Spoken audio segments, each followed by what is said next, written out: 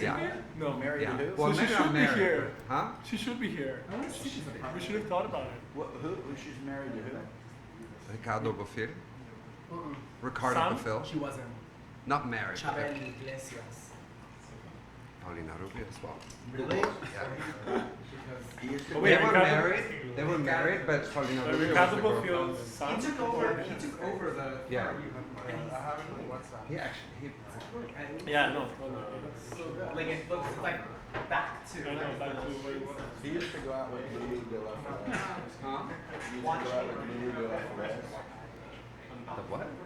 Ricardo Bofill used to go out with Lulu de la Fayette. Really? Damn, he has quite the roster. Yeah. It's like, I need to write this down. Wait, The 70s. Paulina Rubio, I swear to God. In the 70s.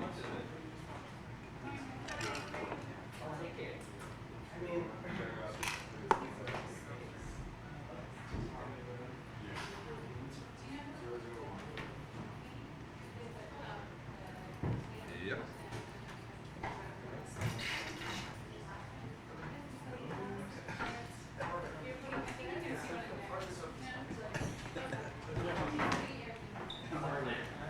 What would you guys think about where this? I think the sofa would be the best.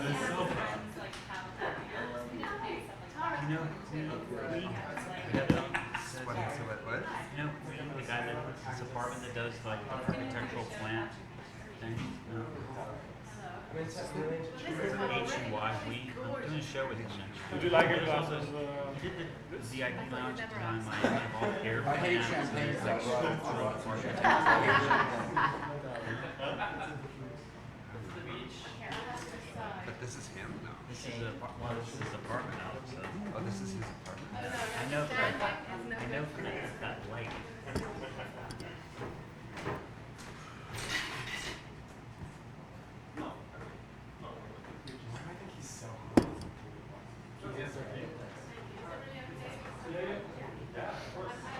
And apparently he also went out with Lucy de la Fayette. Lulu. Oh, Lulu. Wait, Lulu? Oh, that's the older one then. No, that must The have father been the did. father then. Huh? The Must have been the father. father, yeah. Oh, his name is Ricardo Bofill. They're too. both Ricardo Junior. Bofill. But Junior. I love their Instagram because these pictures like so.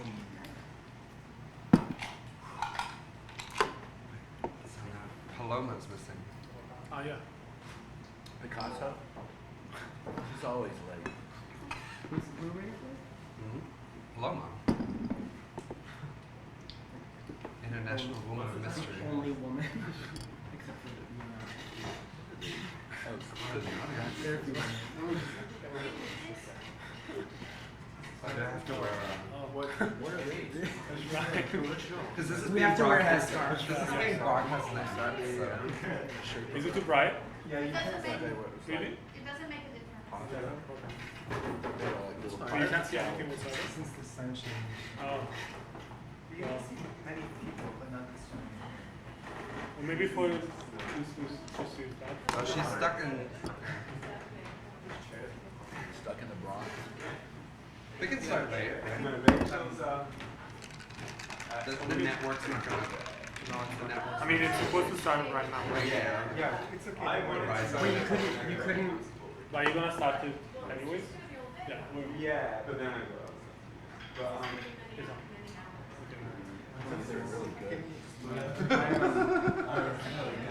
Wait, but do we have to talk into this, or Michael, do we need the should microphone? we just put it like this? Or is it like- a sculpture and then? is it fine to all like in the Yeah, center? this is the other on the stairs. Like in the room. Oh, yeah. Hey. I mean, is this real? It's not real. I'm gonna start talking. Is this like a placebo? Finally.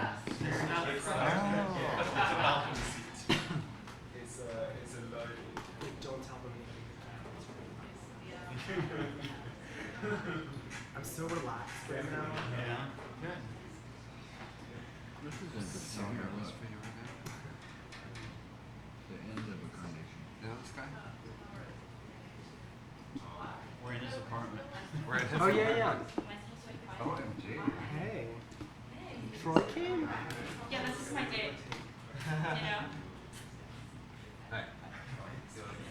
You really chose your day? You came with Troy? We don't know. Yeah, this is my new boyfriend. I'm cheating on my girlfriend with your, with Troy. Louis is on it. It's on. I don't like No, but actually, we're waiting for for flow. someone.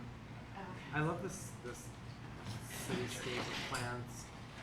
Yeah, we're gonna do a show next year. Take it over.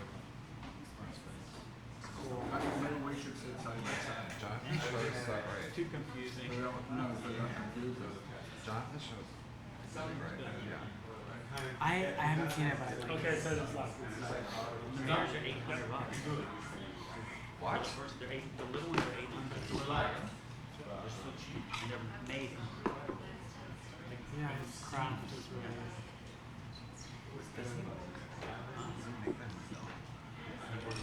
With the machine shop powder coater, he had bought the sheets of glass and then had them mirrored and then had those water jet cut. But he also he lives in Where, yeah, it's so Missouri cheap. or something. It's like he does this all. No, and So guys, I think Like he said his rent's like $800 a month. He has, I think we might start family home. just introducing. Can we? Do you think we can? no, she'll be here. Because I mean, okay. she said she got caught and there was like a traffic accident or something. Yeah, right. She was in a traffic accident. She said, I'm on my way. The I'm ambulance just is gonna drop me off there first. Massive train delays in taxi now. Okay. Ooh, she's Um, taking the subway. But usually, She's a woman of the yeah. people. I think I'm just gonna go ahead and introduce the day, and then we can start And then discussing. we're just gonna walk. We're just gonna welcome her when she comes. Okay. Sorry? Sorry? No, I'm alright. Okay, so I think we're live. So I'm gonna just start it by thank you all for coming to stay with me, which is gonna be a day-long salon hosted by Airbnb Pavilion and Rhizome. We're very pleased to welcome you today for an exciting day, hopefully, of discussion around this dinner table with champagne and everything. And also welcome to our friends watching the live stream. Please send us your questions throughout the day, and we'll take time to answer them. Today we'll be looking at the city inside out. We will discuss domesticity, interior decoration, questions of housing and hospitality in the post-Airbnb city. I'm going to pass it over to Felix, who's our guest moderator for the first session. Yes. Well, thank you everyone for, well, I guess, tuning in to What Do You Hate? A talk about the do's and don'ts of interior design. Especially grateful to, oh, really? Okay. All right, we're especially grateful to Airbnb Pavilion and Rhizome to host us here today. And in this artist loft as the New Museum's Ideas Festival. Ideas City. Festival. Huh? Ideas City Festival. Ideas City Festival. I'm super thrilled to have here with me today 4 luminaries. Well, actually, right now we're 3, but the 4th is going to arrive any minute. 4 luminaries from the worlds of design and art who'll be sharing with us over the next 45 minutes, hour or so their ideas about interior design as political practice. I would like to start by introducing Rafael de Cardenas, architect, designer, principal and founder of the New York-based architecture and design firm Architecture at Large. Rafael has both an architecture and fashion background, having studied at UCLA, architecture at UCLA, and worked for Calvin Klein, before founding his own firm almost 10 years ago. Among his firm's projects have been stores, or are stores for the likes of Baccarat, Oh Wow, Delfina de la Trez, restaurants like the New Age de Cuba here in New York, temporary art installations and exhibition design, fashion shows, as well as shoes. And of course, a roster of residential interiors that are full of charisma, uniqueness, nerve, and talent. And Roberta Cavalli. There's other Roberta Cavalli. Roberta Cavalli, that's a first to me. Alias. I hate white ceilings. Those are the words of interior designer Ricky Clifton. who, with his discerning eye and seemingly endless knowledge of design, has helped put together the homes for a long list of bold-faced names that include Diane von Furstenberg, John Curran, and Rachel Feinstein, Olivier Sarkozy, and Annis Dane, with a Warholian resume that also includes cab driving, running a flower shop. No? Making flower arrangements. Yes. And being a busboy at Studio 54, is that wrong? No, wrong. Okay, forget it. That runs through the glass door there. Ricky Clifton has been an authority in New York interiors for, well, I'm not even going to say 3 decades, but maybe 3 decades almost? Since the 90s. Since the 90s. 2 decades.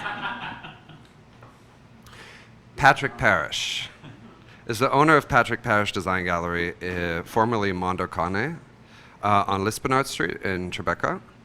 In addition to his vast back catalog of important vintage pedigree, his gallery space also hosts exhibitions by contemporary artists and designers such as Rolu, Jonathan Nesci, Emmett Moore, and many more.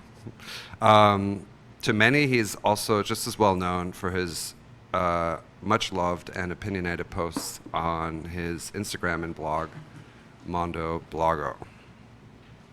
And last but not least, Andrea Hill, who is here to represent Paloma Powers, who unfortunately couldn't be here with us today. Paloma Powers is a Brazilian-born polymath and cultural engineer who founded her namesake agency, Paloma Powers, as an artist agency and creative studio developing artist-led solutions for the home, the office, the retail space, and the public space, and the screen and the web, and every surface of contemporary life, actually. Paloma's motto and that of her agency is fantasize the future. And on that note, I urge everyone to check out Paloma's incredible office on the website, palomapowers.com, which was designed by Sean Maximo. The subject of today's talk is what do you hate? Because sometimes it's easier to articulate the things that you dislike rather than the ones you like. It's also a quote from a Kath and Kim episode. At no time has it been easier to assess and judge people's homes and interior decorating tastes than today, because in addition to countless shelter magazines, there are online magazines dedicated to the subject, blogs, Instagram, the works. And then of course there's Airbnb, which allows a peek into thousands of private homes around the world that would have otherwise gone completely unnoticed by the general public or unseen. And it's especially true in New York City, which is a city where probably the majority won't invite anybody up into their apartment. On Airbnb, the homes are usually presented in the same way: immaculate, unpopulated, overlit. And we're actually sitting here in an Airbnb apartment that was rented by Airbnb Pavilion for the duration of their stay here in New York. And it's advertised as an artist loft, and it is an artist loft, right? Yeah. Now, actually, I would like to start by when you look around here and what you see. How would you describe what you see? What do you like? And maybe also what do you hate? Let me start with Raphael.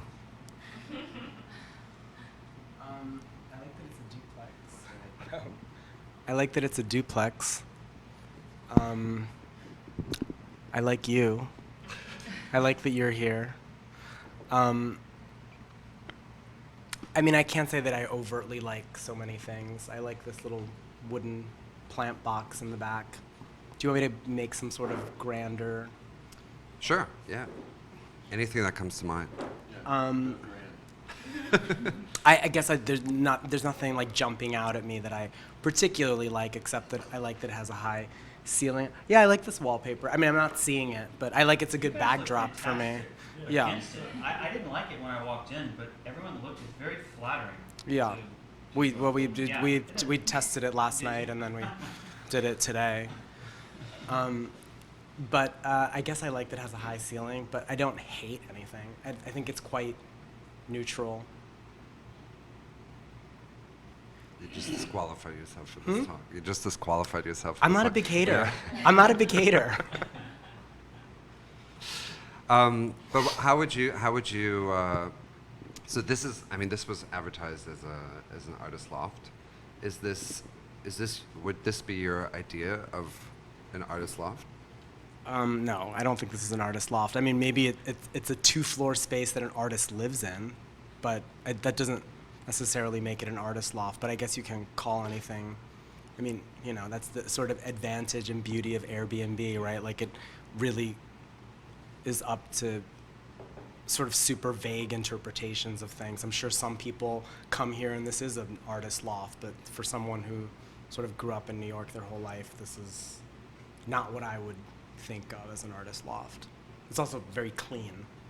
It's yeah. Doesn't seem like a place where you could easily make art. I guess it depends what kind of art you make, though. Maybe for a conceptual artist or Would you call it representational? representational of an artist loft. Of Is it like the theme of an artist loft? Yeah, It's a sort of theme. Yeah, that's probably actually. I was actually thinking because I'm actually not a hater, and I kind of find something good in almost anything, but I kind of hate themed environments unless they're like super themed, like Disney. So I like that, but the sort of intermediate theming, like a kind of French country but I think this is neutral enough that I don't know. I don't hate it. There's nothing to This is hate. a little French country, actually. It's more Swedish country. This is a door, actually. I just realized. This is adorable. Horrible. This is adorable. Patrick, what? I mean, when you look around, let's start with the obvious. What do you? Well, disclaimers, I know the artist who lives here, and I'm giving him a show next year, so. Oh wow. Yeah, Okay. be careful. I know his work. It's not really indicative of the apartment, although you see little traces of it. This hanging chandelier and the plant boxes. He works making architectural constructions that house plants. So actually houses for plants. So it's a really interesting kind of theme that he works in. But there's things I like and there's things I don't like. I wouldn't say I hate this table, but I would never have it in my house, and I would never do the wallpaper like that. But these guys look really good with it behind, so maybe you should reconsider it. Do you? Never say never.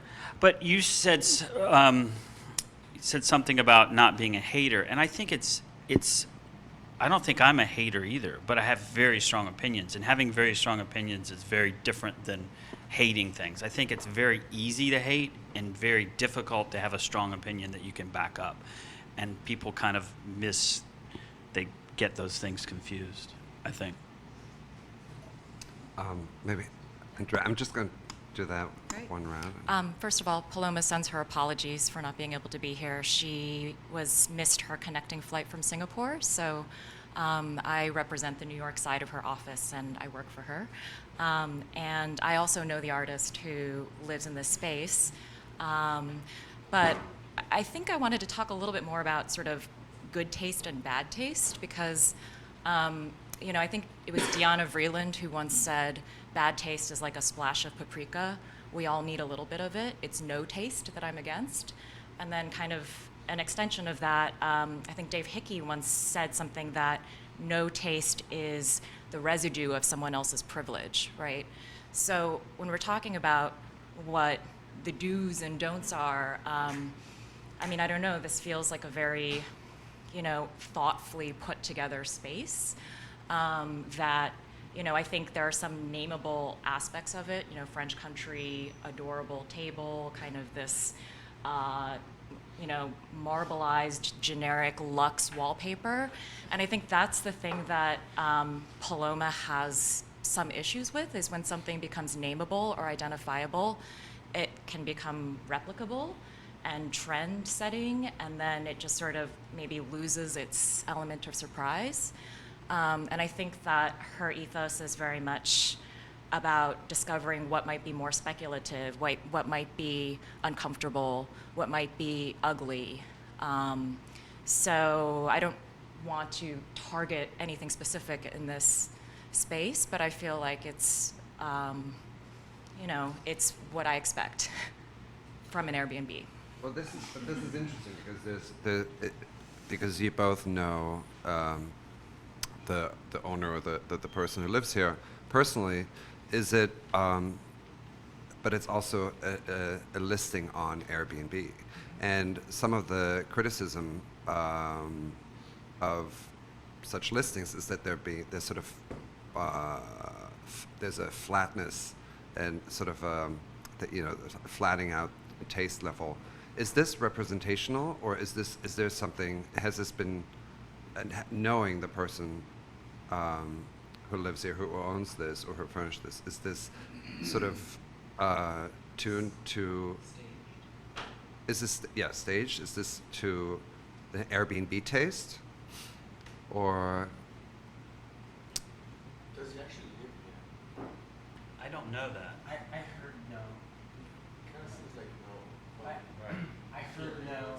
I heard it seems this is a staged place. Well, I think that, by turning sort of the private domestic space public, what a lot of users of Airbnb are doing is kind of opening up their private space, but also projecting what they think the public wants. So it's this kind of, I don't know, it's a projection. So I think the artist lives here part-time, but primarily has another residence. And I think that, this feels very much like a Nolita, kind of, it does feel staged in some ways. But I mean, I don't know. And I think maybe I should add also, we're not here to accuse anyone No. of especially not the artists. And full Not at disclosure, all. I also, for example, I rent out my place sometimes on Airbnb, and there's certain things I do to it before I do that, and remove some art and personal things, and make it maybe more palatable to more generic in a way. But what if I've never rented out a place for Airbnb? I mean, I've stayed in Airbnb places, and they all have this kind of. It's like something has been stripped of it before you walk in, even if someone lives there, or if it's done specifically for that. I wonder if maybe, what if people stop doing that? I mean, I'd rather go into someone's place that looks like it really lived there. I want it to be clean, but I'm wondering maybe that will, as Airbnb and these things go farther, that'll be what people will do. That you're going to get the authentic artist loft, and you're getting the authentic, Tribeca, loft. Something that's not, again, it's been kind of scrubbed is too long, but stripped of something that would make this truly an artist loft. Well, I think maybe we can rewind a little bit, and because both Ricky and Raphael, you've worked on many residential projects, and a fair share of them have also been published in magazines, including Pinup. Where is the difference when you stage something for a photo shoot in an editorial photo shoot, and between that and, for example, presenting it for Airbnb for rental? What? I don't know what you mean. Where? This is the first Airbnb thing I've ever seen. No, No, I mean, this is white. It's like a blank canvas, so I don't know. I mean, I'd like to have more of this wallpaper, and some, like, mirrors and instead of an accent wall. curtains and, yeah. I mean, this is not about Corbusier moment here. in this apartment. It's not, you know. But I don't know. I'm as far as like hating things goes. I had a strong Japanese influence, and I went to school in Japan, so like I sort of like hate everything, and I hate and I hate nothing. It's sort of, I mean, hate is sort of a part of my creative process. I read something Mucha Prada said about she hates crochet, so she decided she'd do a whole collection on crochet, and she like gave it to her creative team or whatever, and they did like a whole crochet collection. Have you done projects like that where you've taken something that you? No, I mean it's like literally it's a part of my creative process. The things that I mean, it's like Warholian. It's like you do the wrong thing. I don't know. I mean, people say Jeff Koons is like the new Warhol, but I think it's like he's like P.T. Barnum. He gives everybody what they want, and I don't know. Somebody like Chris Wool, I think, is more Warholian because he's just trying to gross people out or something.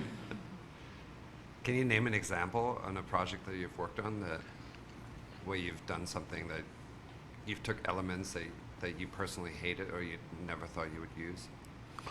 I don't know, like colors. A lot of people have emotional reactions to certain colors, but I think like colors are sort of like people. Like some are more difficult than others, and I don't know. It depends on the context, and I don't know, that sort of thing. Anything specific? No, I mean that's everything I do is sort of like every decision is sort of like that. I'm, if I see red, I think of green, immediately.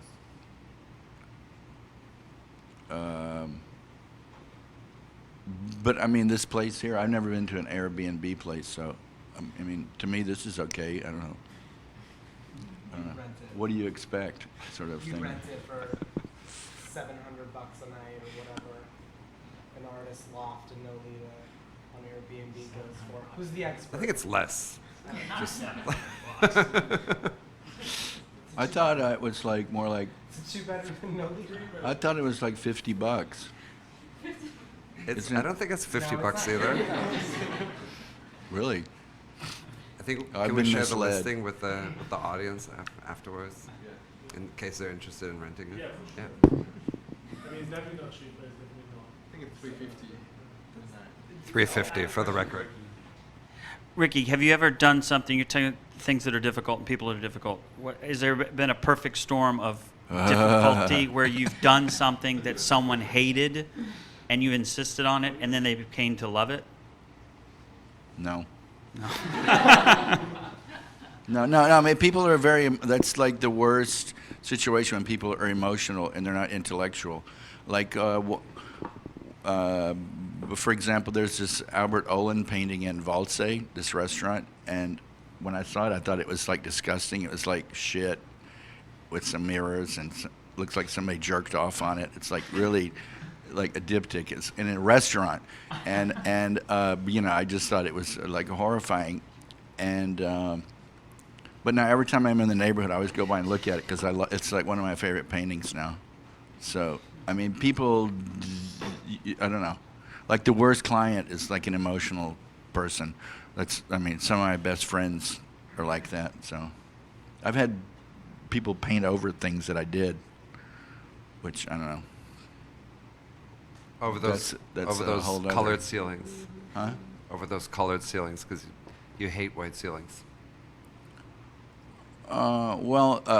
Christopher Dresser said that the floor should balance the ceiling. Like people just forget about the ceiling totally. They just will do the whole room, and then they'll have a white ceiling, which I don't know. I'd like to know who started this whole white ceiling thing. I don't know. And that's the question nobody can answer. I think it had to do with uplights or something. Like maybe in gas times or something. I don't know. I don't know, but I mean, white is the most aggressive color, so. I mean, I'd rather live in a black room than a white room. It just looks bigger, you know. I mean, I think white's more claustrophobic than black. But to go back to the idea of representation of environments that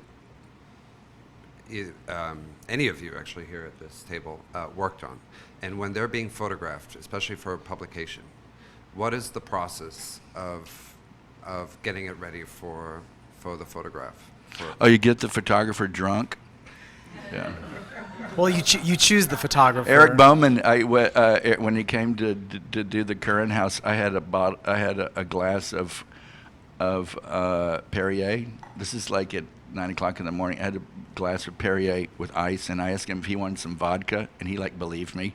It's like, you know, he thought I was like, because we worked together, and you know, before, so he knows that I like to drink and take pictures and stuff. So.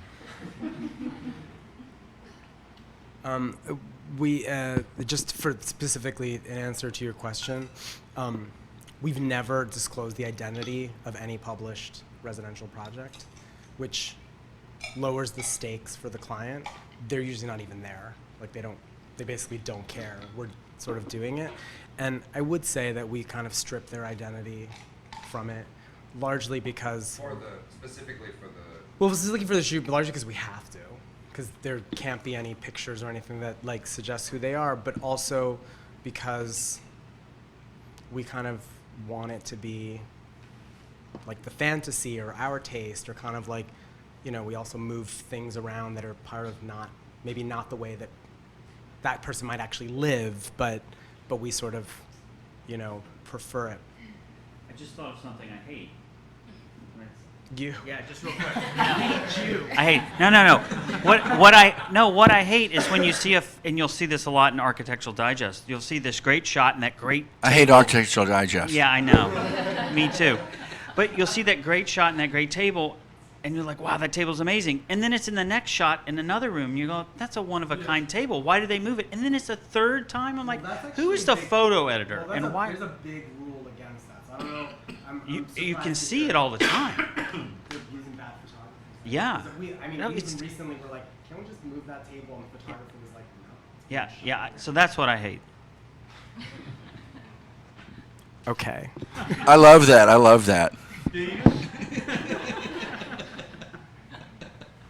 But are you usually there when these shoots happen? Yeah, I mean, it's like my playing house. It's my apartment for that day. Because it's like, I mean, residential projects especially are playing out my fantasy lifestyle that I may never get to live for that specific, you know, and all of the projects are quite different, but so I'm living out this thing vicariously. So that day or two is sort of my moment to be like, I love this black leather thing that they don't like, but I'm gonna put it up. But I actually think that for residential clients, and I think for all clients, I don't know how it works with everyone. Like, I mean, I think like clients like me, or they don't. But if they like me, they like everything. They are on board for the whole thing, and they, you know, they kind of don't want to disagree because they want to be part of the kinship of the design, and they want to like get it, you know.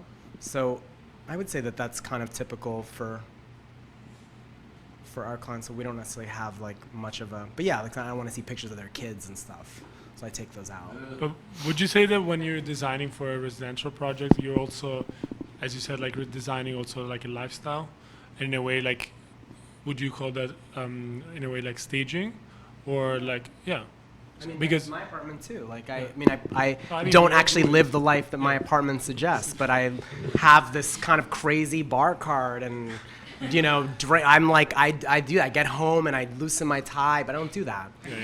But I pretend like I do through staging. You know, I only use my sofa and my TV. Everything else is a prop. Bust out the Albertura. Huh? Bust out the Albertura.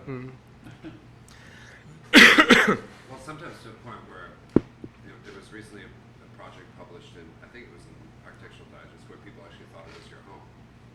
There was actually the way that it was worded. Yeah, like there was the way that it was worded. I mean, it's like a $20 million apartment that is clearly not mine. Like I probably wouldn't be working if I had that apartment.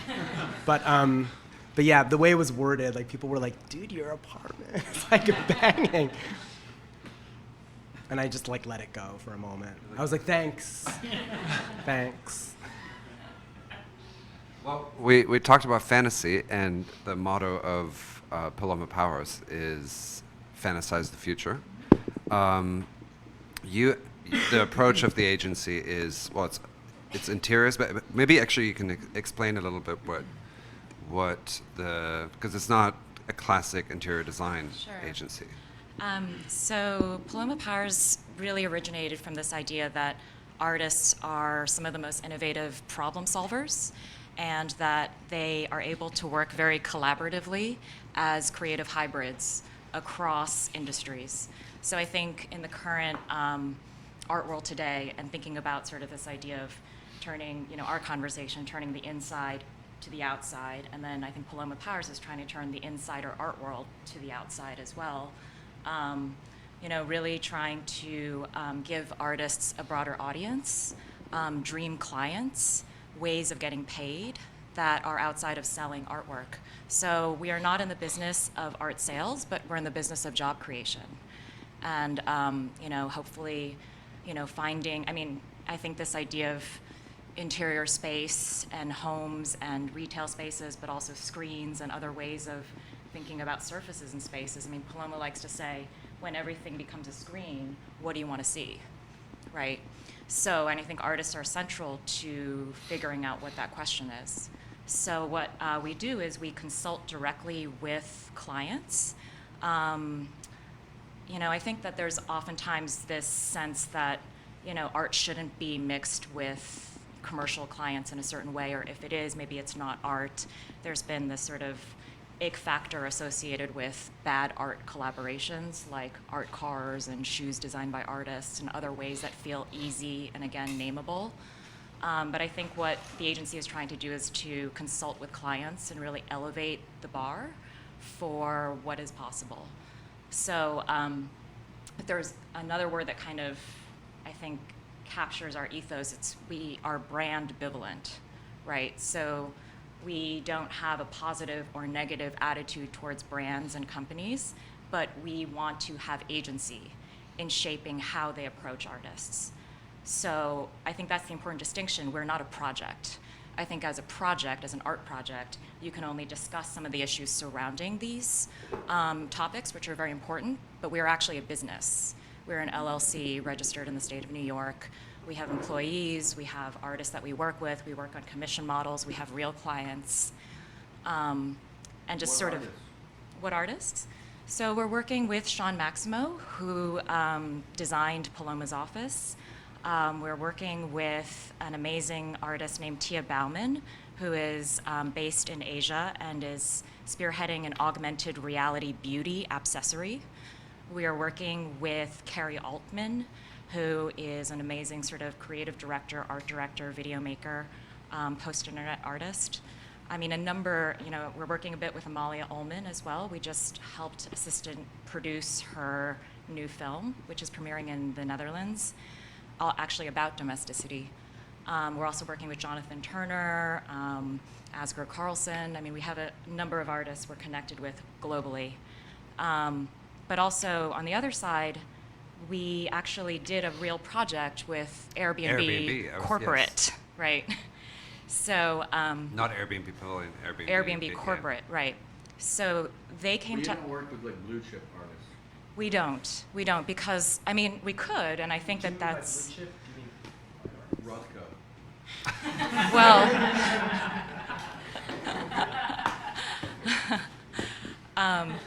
I think Paloma and Rothko maybe had several conversations many years ago, but I don't. They overlapped, yes. She'll never disclose her age. She will confirm she's a Scorpio. Yes. But I think that That's almost a Scorpio. You're on the cusp. Just for one day. One day. But Kate, what was the project with Airbnb?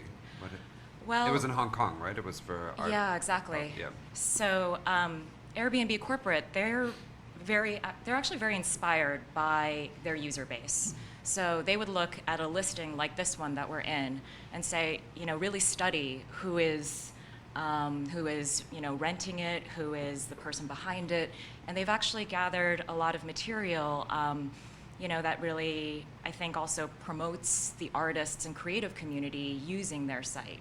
And they're very interested in artists as, hosts and as guests within this whole ecosystem. So they were looking to do their very first collaboration with artists, and they approached us. Airbnb? Airbnb corporate. I was just going to ask that question. Yeah. What is the question? What do they get artists to do? Oh, okay. Like apartments. Hint, hint. Sorry. Well, I mean, the way they approached us was they said, we are so inspired by this creative class of artists. We want to do something during Art Basel Hong Kong, and we're really interested in growing our market in Asia. And those were the basic questions. And as a consultants, we came in and said, okay, let's figure out the right way to do this. So we did a deep dive into thinking about their business and realized, their whole business is about hosting, guesting, and about the experience changing every time. So you can go to Hong Kong 5 times and stay at 5 different Airbnbs and have a totally different experience. So we decided we recommended them to rent an event space and that we would change the space every single day. So for 3 days and 3 nights, every time you walked in, that space was completely different. And the way that we did that was by working with 11 international artists to create floor-to-ceiling digital projections. So Sean Maximo was actually one of those artists. There were 4 artists from Asia. There were performance artists whom every night would. So it was actually not in an Airbnb apartment. No, it was an event space in Shangwan on Hollywood Road that Airbnb rented for the occasion. And That's interesting because if they are a company, first of all, I have to say that it's kind of meta now, this discussion about this, because when this event happened, we were kind of very surprised because we're obviously not affiliated with Airbnb, but we organized the event in this show in Venice last year, which actually was a show with artists and architects. And we were kind of when this came about, we were kind of, surprised that let's say our project, which is based also on appropriation, was kind of punk in a way, was kind of being also appropriated in a way as a corporate event that in a way looked at the way we brought artists into the conversation, and then in an Airbnb. And that's why I'm saying that, because it's quite interesting that then that project, which is actually from Airbnb, ends up being in a blank space. So it is quite interesting kind of shift. Well, I don't know if Airbnb corporate was necessarily looking at your project in the way that you think they were. I think that they were just looking at their overall business and community of users and saying, what can we do in the art world? I think it was a very sincere question. And they came to us because we are creative consultants, we have a business, and we have a lot of roots in Asia, connections there. And I think to do it in an apartment is interesting, but also it's been done, and it's limiting in some ways. And to do it in a big event space where thousands of people can come through and really artists can have an audience was something that also for the level of ambition that we wanted to pull off. Spaces in Hong Kong are tiny also. A space where the space we're in now would be palatial there. To me it seems like it defeats a bit the purpose of I agree. I actually think that it furthers your cause more than Airbnb's. Just to be honest, that's a push and pull that you have with a client, because you're trying to you're trying to get what you want out of a project, and obviously you want to satisfy your client so that they keep hiring you for other things, and I think that commercial versus residential are 2 different things, but and I don't know what they gained out of it. It's possible that they gained a lot of recognition. I don't, or maybe the name gets out, which I think certainly helps. But I think that Airbnb's like specifically situated in private spaces. And if you don't do that, if you're sort of operating outside of that, it's really not Airbnb. But regardless, it doesn't matter. Like, good for you. If you got paid by them and they are happy that you did your project 100% and you can keep doing it, awesome, because that's the name of the game. Was it a fictional private space in a public space? Was it kind of...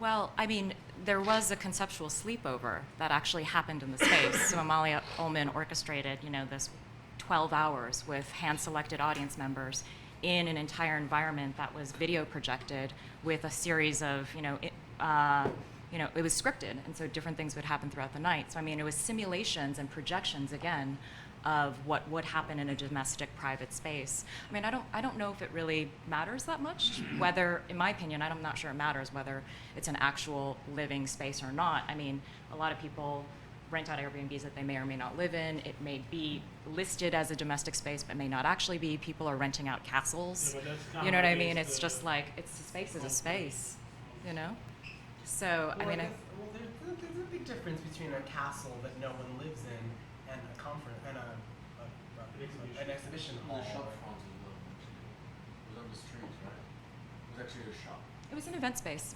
Does Here's an event Airbnb space. do pop-up shops? Can you rent a commercial space Airbnb? Like, strictly no. Yeah, no, it's a No, domestic they space. specifically decided to focus Also, sorry, one thing. on traveling. Sorry. Yeah, Airbnb specifically decided to focus on traveling, on the experience of tourism. No, but I mean, I know. I would put Airbnb Pavilion. Good idea. But yeah, I have a good idea. If they want to branch out, what about Airbnb? What? I mean, just to put this in larger context, I mean, Airbnb has done large public events with the Sundance Film Festival, London Design Festival, none of which happened in apartments or rented homes. I mean, I think it's about, like what we're doing here, like having a public dialogue, and whatever way that facilitates that, I think is legitimate. So, I mean, I think the key thing that they did, which felt really good, was they spoke to some people who were insider to the art world, who is us, and we introduced them to artists and encouraged them to really trust artists.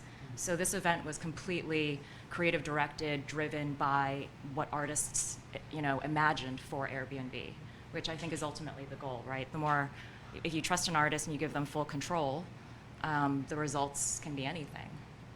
But interestingly, it's what people remove when they sell, when they rent their Airbnb, right? Like, you remove your art. People take down the art, put it away. So it's like, I mean, well, not all of the art, the cheap art or the less precarious art or whatever. It is just it is an interesting thing that you're foregrounding artists for Airbnb when it's like, the art, and I'm using the term loosely, which I kind of hope you are too. Art, yeah. Like, I don't fetishize like fine artists. You can screw, you can fucking break it or whatever. But I mean, I think you also to some degree mean personal artifacts, right? Like things that mean something to you. I don't know. It does. I'm missing the connection a little bit. But again, like, I'm not so intimate with Airbnb's mission, and if what? I'm not so, I don't know what they do so much. I mean, like, I saw them on Charlie Rose, the guys who started it, and it started in San Francisco, ... And, I can sort of understand, like, how it got started. It's sort of like, there's like a hookup element originally, And now it's gone in a different direction. It's gone in a different hookup direction. element? Hookup, like a hookup. Like, have somebody over that needs a place to stay, like... Yeah. I mean, it's like, that's how the idea started. I mean, that's the impression I got on Charlie Rose. Like, this is the guys, like, they're, like, good looking. And so, like, I thought, okay, I would stay with these guys, like San Francisco. Wait, is putting your apartment up online, is that a way of flirting? Now we're talking about decorating the apartment. I don't know. I don't know. I think it's like branching out in a lot of different directions. Like, Is that the sort of an extension of flirting on Instagram where you only put selfies? Is like putting your place? it's more like I don't know. I mean, I don't do Grinder, but I mean, I don't know. Maybe it's something like that. It's like, But most of you Like here, bed are for the night, probably like- all of you at this table have worked on different residential projects. Have you worked on? Or do you make the distinction working on projects that are actually for living, or for show, or for just for or for renting out, or for very occasional use? It kind of brings to mind at Design Miami last year did a curio booth where we had was designed, was a lot of people worked on it, Print All Over Me, various projects, wallpaper projects, my gallery, and who am I forgetting? Anyway, we made it was Rolu's environment. It was a complete environment, and it was we made a hand woven wool rug that was of the same pattern, the grid, as the furniture, and all the furniture was a grid, and then all the wallpaper was from a photo of the furniture, and all the clothing that you wore when you were in the booth was of the grid, and so, and even the music in the booth composed by ARP was inspired by the grid. We had music, yeah. Grid music, yeah. It was grid-like. No, just, yeah, kind of. So it was a complete environment, but it was also completely, temporal. It was there for 5 days, and then it was gone. So it was interesting to me to have that immersive quality, and I don't design interiors. I just sell things that go into interiors, but to be involved in that, where everything from the wallpaper, the ceiling was wallpaper, the floor, every single thing in the booth was of one thing, and it was this immersive environment that people really kind of freaked out over and responded to in a very strong way. It's the most Instagrammed thing in Miami. Instagram confirmed it was the most Instagrammed thing in all of Miami that week. So it was kind of it was kind of fantastic that people had that kind of response to it. And I'm not 100% sure what it is, but I think it was that immersive quality. You really were in it, So I think it would be. I could think maybe that's what a successful interior is for people that do interiors, is when it doesn't all have to be the same, but when you feel like you're immersed in this space and you feel part of the space, and that's when you see when I see really interiors that I really love, that's what I feel. I want to get in that page. I want to go through the screen and get in that space. But I mean, you sell furniture. But you don't just sell individual pieces. You sell into a kind of a vision of what people want, no? Or do you tend to not get involved at all? You can't control who buys something. I mean, I'm not in that position yet, Ricky, to turn down money. But sometimes you love the people, and sometimes they're a real pain in the ass. And they have something great. That's kind of frustrating to me. And confusing to me when someone who's really an asshole buys something really great. I'm like, why do you want that? But you can't control it. I can't. I think that this connection with art maybe is interesting for everyone. Like, since we talked about this event in Hong Kong, and maybe art in domestic spaces, and I think I understand that, like, all of you in a way are involved with that, and like how. I think also for us, like, we've been interested in the fact that, let's say, interior decoration, interior design, historically is connected with let's say, I mean, like in palazzos in Renaissance, like paintings would be commissioned in let's say within a decorative scheme, and how does that translate today? Like, is that still the case, or I mean, do you work with? When you design, I mean, obviously we're talking about domestic commissions. Do you like think about also like the art that goes in it, or is that part of the, or let's say? Okay, like coffee tables, like talking about not selling something to somebody.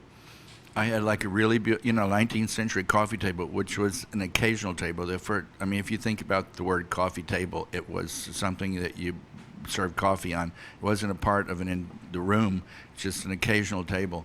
And sometimes they had like a rug on the top and like a rug on the bottom, So I had a friend once, and she wanted to buy this incredible coffee table. I had two of them. Matthew Marks bought one. He loved it, and I told him he should have both. But then somebody else wanted to buy that. They wanted to cut the legs down so it'd be lower, which I don't know. I didn't sell it to her because I said, you start like cutting legs off of things. It's like, Why is that a big deal? Like, what's so bad about cutting the leg? Is it going to bleed? I'm just curious. Like, yeah, I don't start have- bleeding. I don't have that much of an aversion to cutting a leg. If something's survived that long,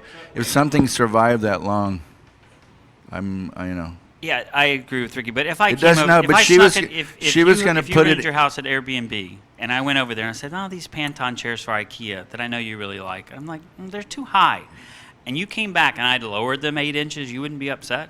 But you didn't own them. I'd be upset because Yeah, you didn't own them. that's true. But if you own it, you can. Yeah, but there's still a threat. Yeah, but No, you're talking I about hope not. selling. I mean, I you're think- talking about selling somebody something. What Yeah. you're talking about selling things to clients and not selling things to clients. But yeah, but This once you, isn't- I I mean, I disagree said that once this you own isn't your- something, you can't. Of course, you can do whatever you want with it. But I don't like that mindset at all. You should respect it. You're going to own that for a limited amount of time, and the things that I sell are going to hopefully be around hundreds of years from now. So I don't want someone cutting down something that they buy because that's not what the artist, the designer wanted. I guess I just I'm maybe playing devil's advocate just because maybe I'm trying to be a hater, but I hate you. But I hate you too, and that's actually public knowledge. But but I do think This is like Collis and Tibaldi. if you see the market, the art market now, I don't think there's much scrutinization over who collects and buys. I mean, certainly that model has changed. Like, the greatest collectors in the world are not necessarily buying the greatest art. Like, it's whoever can pay for the most expensive thing, which is usually not the seasoned collector that's going to donate their collection to a museum. It's someone we've never heard of who bids anonymously, and it goes like the Picasso, right? Like, no one knows where it's going. It's this museum quality piece. I mean, I don't know. That's the world that we live in. I don't think that that's any different than, like, can hunting. It's a trophy. That's what I mean. Art. It's just sort of why I was just reacting towards the fetishization of the artist, just because I use the term loosely because I don't really consider myself an artist. Like, I don't. But I think that artists are not idiot savants. They're aware of the market. They go to fairs, so they know what their work is priced against someone else's. Like, all of that's like very public information now. And I've even spoken to like artists who are upset that their work doesn't go for more at auction. So like, they're not so pure. They know what's up. They're creating commodities like everyone else for whatever reason, and like some people might take the table and cut the coffee, cut the legs off, and someone might take the painting and orient it horizontally because it fits over their sofa better or whatever. And I kind of feel like you can say you don't like it, but I guess who cares?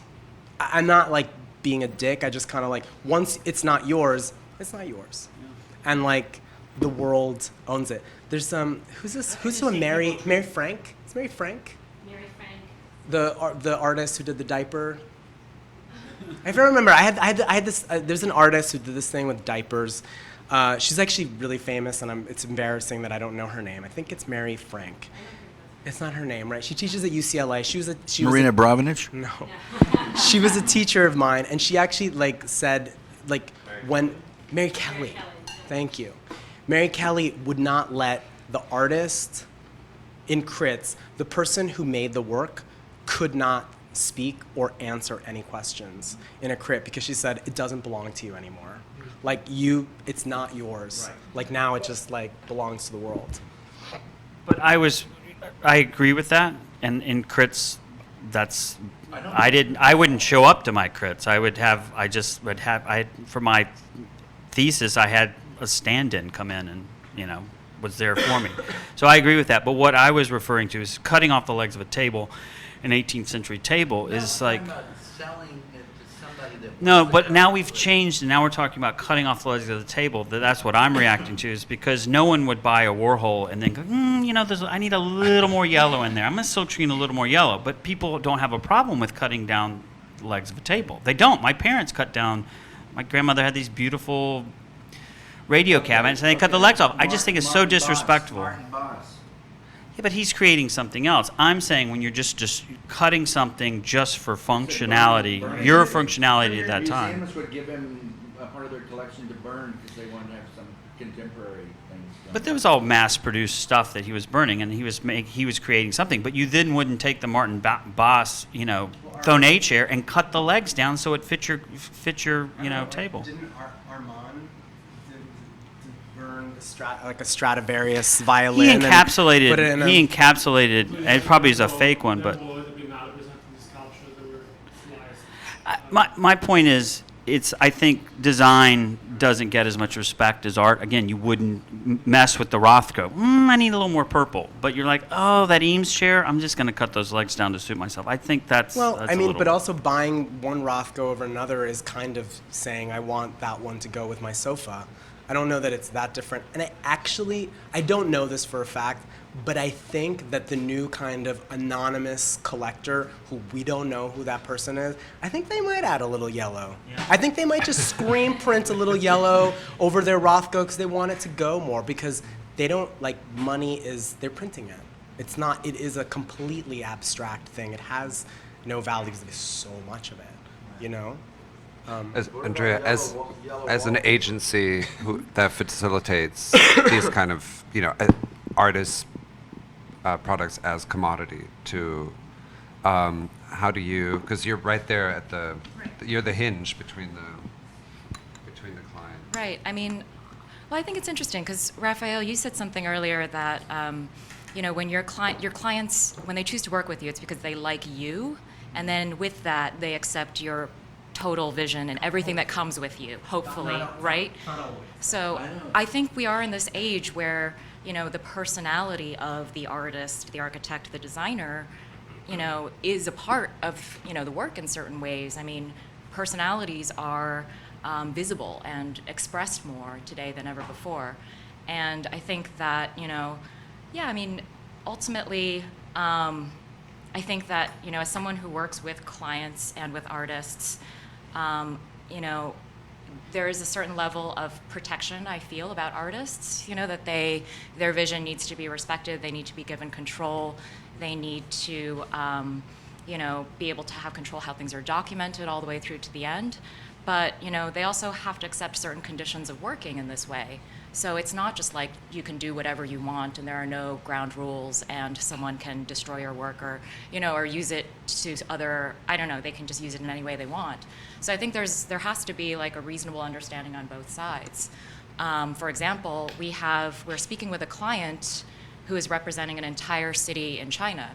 And this client is asking us to think through, well, we're working with a city in China that is looking for us to program an entire year's worth of public art interventions, right?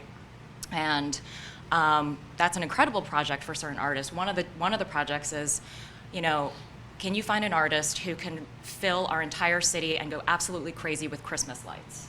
I mean, I can think of 20 artists and designers for whom that would be a dream.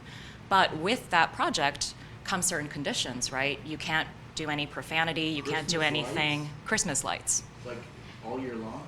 No, like just during Christmas, but to do a really wild installation, right? And just to like do whatever you want with them. But it's not really Well, do whatever apparently you not want. Do whatever you want. Right, it's not. So for the artist to say yes, they need to understand that. They need to understand, okay, this is a timeline, this is a budget, this is the delivery expectations, these are, what you can and can't do. And people can say What no to that. can you and cannot do? Well, usually, I mean, you can't, say anything offensive about the project, you can't do any profanity, you can't, sort of like anything sexually like. Dollar marks all over, like we have dollar marks everywhere. I mean, but within that, you could still be critical. You could still have a vision. You could still kind of push what the project is. It just doesn't have to be Disneyland, right?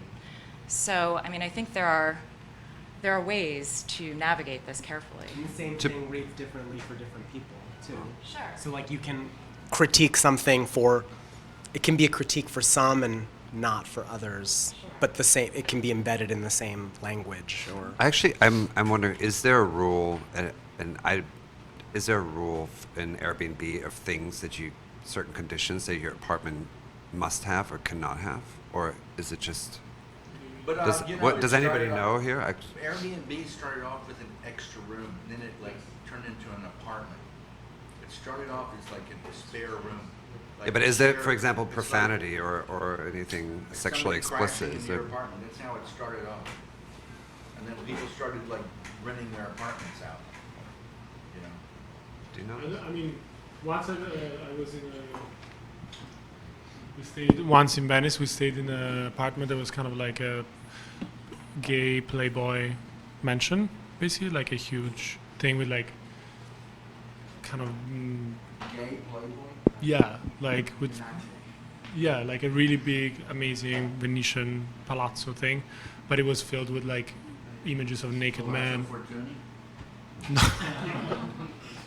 That was not palazzo. I mean, that also is a gay mansion to an extent, but no. But I mean, I don't think there is limitations on that level. Yeah, but I think limitations. on like profanity or like you can have whatever you want. I mean, it's your house, I guess. Like Sex swing, yeah, like sling. I actually haven't seen those, but I'm sure it's there. I mean, also there is an Airbnb. There is also a gay Airbnb which is called Mr. Mr. Airbnb, which is maybe everyone should use it actually. Mr. Airbnb. But yeah, I mean, in terms of what you were saying, I was interested in the idea of commodification of art versus commodification of a domestic environment, because in a way, like when you say that, if like an art installation, an art piece is critical, then it resists being commodified, and I'm not sure that's true. I think that's actually, it's kind of always seen as like the last. The last. Oh, okay, so I I wasn't didn't saying get that. it. No, I was Okay. saying you still could be critical within, commercial projects. Yeah, You but just I'm have to critical. set- I mean, I'm not sure that is necessarily interesting per se. Like the idea that within a commercial project you have to be critical to retain some kind of like authenticity or credibility. I think that's actually a very passé idea, and I think that also passé like from the past, like conservative. To have this idea that you for something to be like honest, it has to be critical and to have integrity within an art project that is commercial. Because it's the same thing with this project in Hong Kong in a way that like, where was Amalia Ullman critical of Airbnb? I don't think so. And was her project less interesting for that? I'm not sure. I'm not saying that at all, though. Wait. They had like people that would have free rooms at the Waldorf, Oh, really? at Cecil Beaton or Charles James, and they would like decorate a room at the Waldorf, and they could stay there when they wanted, but like somebody else could stay there in the Cecil Beaton room. Right. But I just want to clarify something, because I don't think, I'm not saying something has to be critical in order to be interesting. I mean, I think that a commercial project can be a dream artist, or it can be a dream project for an artist, Yeah. right? And, you can set those conditions, whatever they might be. So if Amalia Ullman got funding to do something she's always wanted to do, whether or not that's critical, it doesn't matter. It's about how well it was executed and how well it was received in that context. Yeah. So, I think what I'm saying is there is this kind of common belief that criticism or something that is edgy or challenging can't coexist with commercial projects. And I don't think that is true. Yeah. I think, I mean, for example, our own project, to be honest, which is basically like a self-initiated project, which is called Airbnb Pavilion, which was, appropriating the name. I mean, it's definitely like actually it's problematic for the company, because in a way, like, I mean, in that sense, because it has an edge of criticality, it becomes completely unwanted. And when, I'm really interested in like both design and art, when they become, let's say, within a corporate environment, they become, let's say, decoration in the worst sense of the word. and I think that What's the worst sense of the word? when it's like You know. I don't. no, yeah, an access or something unnecessary. That something's hides, unnecessary? No, what that hides. I mean, decoration. Maybe it's like something that in the. I mean, maybe it's a stupid thing that I just said. But anyway, decoration in the sense that Well, hides, like a hides baseboard. something A bad. baseboard hides. No, or it's something that craftsmanship. hides something that you don't want to see. I want to hide lots of shit. Then I'm like excess. I'm pro decorate because I want to hide. No, like, I'm pro hide decoration all of too, it. but I mean, yeah. But I don't know that I don't know. I mean, I'm like, I'm not like a champion of integrity. And I'm not saying that I don't have it. I just don't think that that's like so incredibly virtuous. And I think that that's, I guess, what I meant about this idea of What do you call integrity? that's something, I guess this idea that a commercial project should be critical in order to be, I don't even know, I guess I don't really know what I mean. In order to have integrity, like I guess that doesn't matter. Like 100% you or something? Well, nothing's 100% anything, I think. I mean, there's nothing in the world that's 100% anything. Everything's polluted by something, thank God, I think. I'm 100% me. You're 100% something. I'm not polluted yet. But can we go in a different direction? Yeah. I think, I mean, for me, like just to go in a different direction. I think it was interesting for us also because also of our audience, which is the audience of mostly of Rhizome, which is more like mostly artists and people that come from an art, the art world, or from art. Like they're not necessarily super familiar with design or interior design or architecture. So maybe I think it would be interesting to hear more maybe about just very plainly about like the tools of each of you's work, and like what is your work about, and like what I mean actually like the process more, like when you Sorry? the process. Like I think that would be interesting also for the people watching us to hear more about that. I don't have a secretary. I don't care to discuss process, I suppose, because it's different every time. But I mean, whatever projects we start are kind of about whatever movie I saw that weekend or someone else, or it's very collaborative, and we have we have enough of a team, which is partially here, that it is collaborative. It's definitely not 100% me, and everyone's bringing a lot into it. So, and I allow that because everyone has different references, and I think that those references are, I think it's good to kind of I don't know, it's like a cake or something, and kind of until you perfect it. Like a project, you like everybody throwing their 2 cents in? Well, I don't design every project. So, I mean, to be perfectly honest, almost every project has a designer assigned to it who is not me, and they have their own opinions, and so I mean, I can veto it, I suppose. Your business, you have designers working for you that do work on different projects? Yes.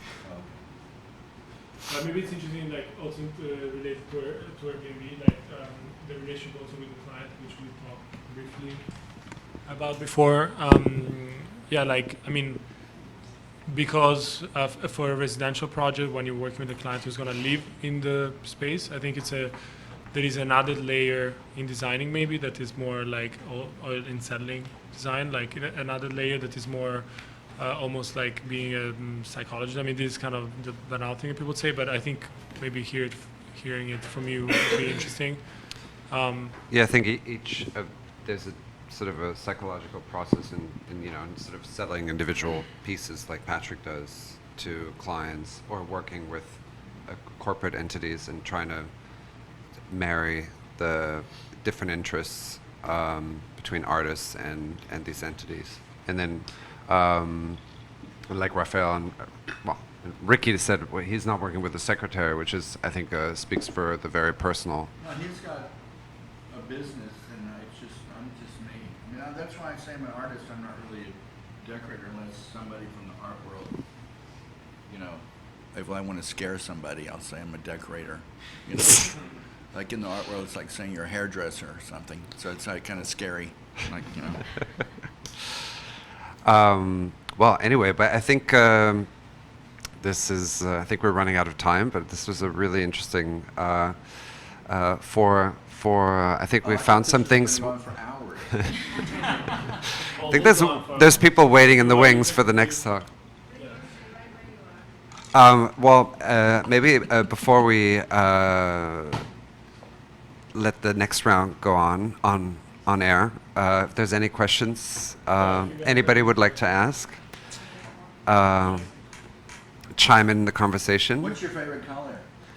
Blue, actually. Actually, we didn't find out so much about what everyone hates. I know, but that's I think maybe. it kind of came out that we weren't. I think I hate if you, everything. I think it's really easy to hate. I think that I don't think anyone at this table is really into being easy, and so I just again I said this in the beginning. Having a strong opinion is so different than hating. Hating is like closed-minded and awful, but saying I can't stand this because, or even saying I hate it because, and explaining yourself. But most people that really hate, they can't even back it up. I can. Yeah? Here, do it. No, because I deal with. What if you deal with a hater? You have to like fight fire with fire. You have to like, you know, let's put lay your shit on the table here. You know, it's like no, but some people like my problem is when I'm like have an intellectual process. You know, the whole thing is like an intellectual process. I think about everything, and some people are emotional. And it's like the worst. I mean, somebody would say they hate this. Immediately, like before you even finish the sentence, they like say they hate something. And it's just, I don't know, that's what I hate.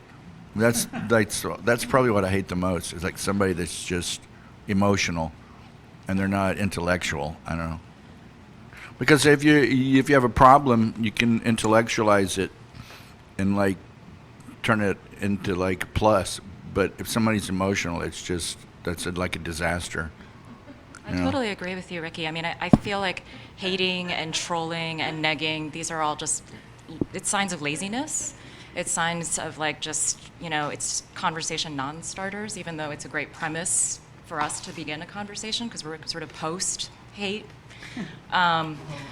We're post-hate, yeah. PH. Getting a PhD.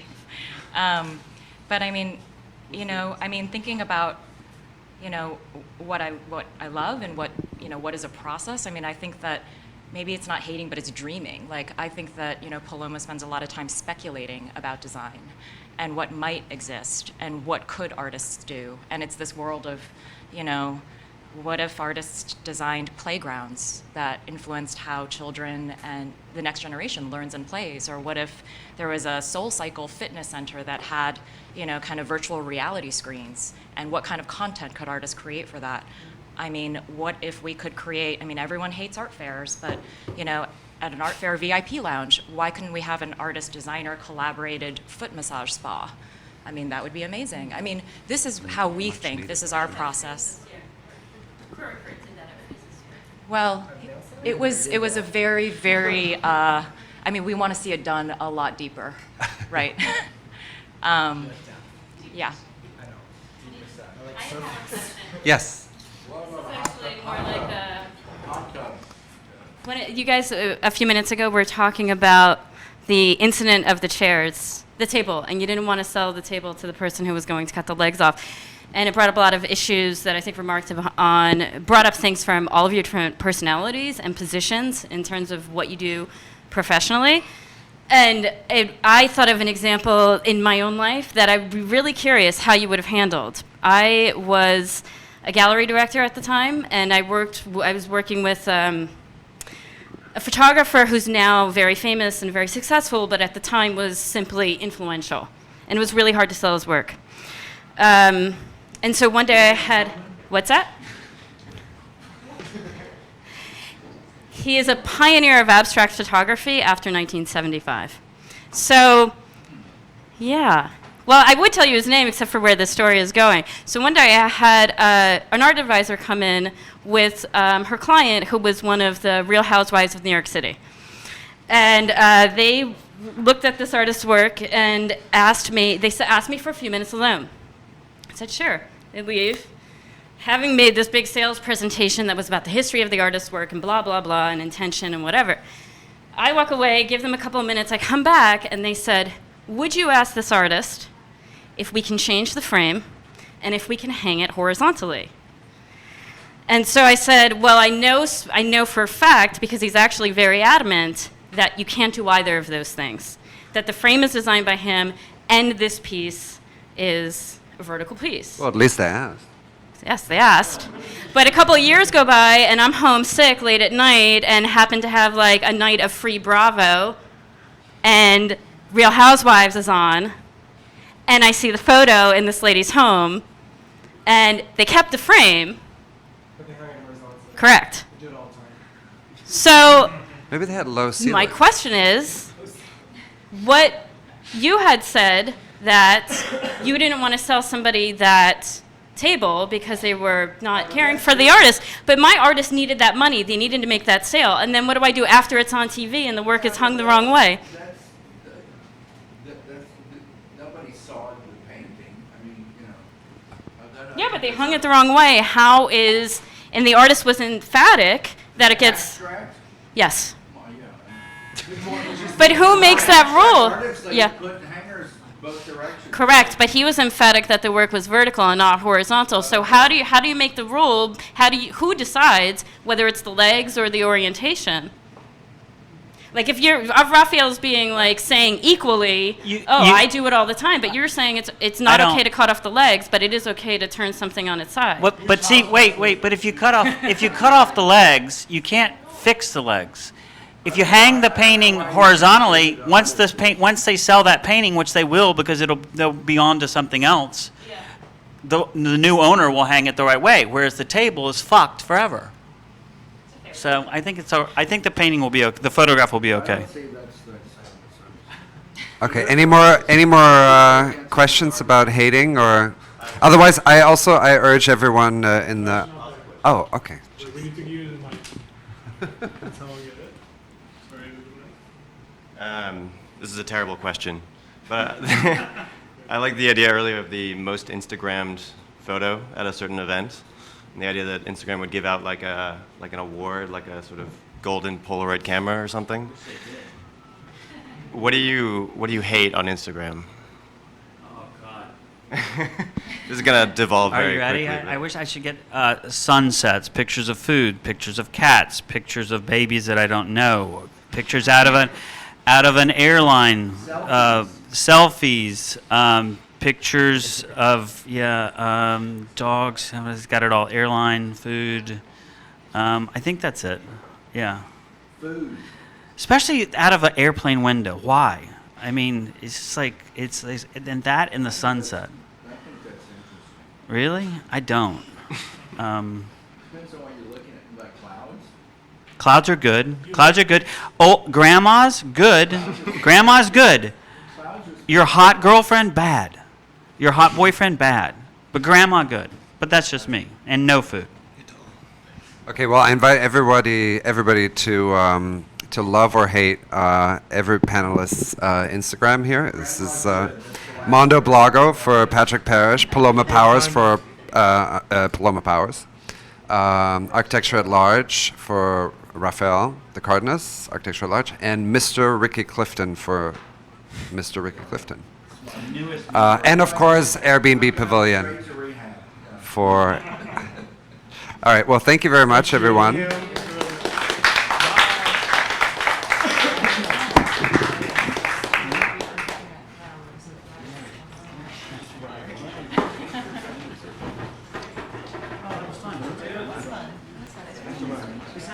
The artist was James Bond. I think it would be you. Hi, Alice. How are you? Nice to see you. Very happy. Yeah, she almost showed up. So much. She was following listening to it and liking it. Oh, really? I was like, very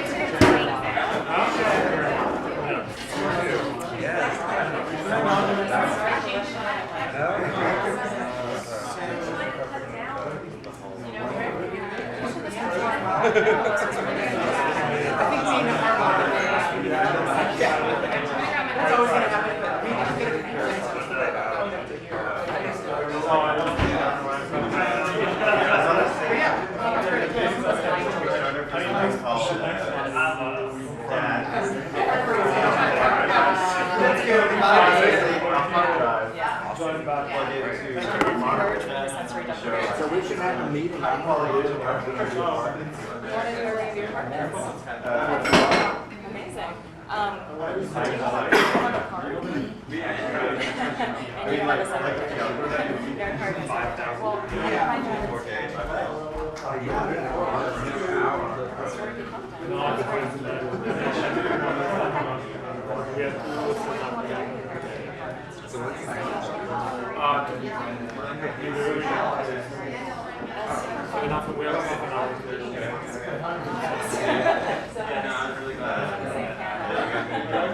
I've got quite a few people who are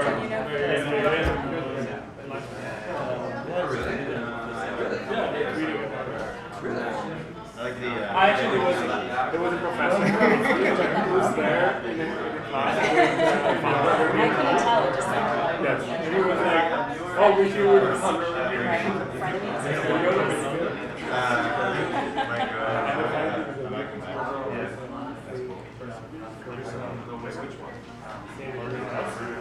and basically, that's one of the things. So it's kind of like a... Okay, cool. Thank you so much.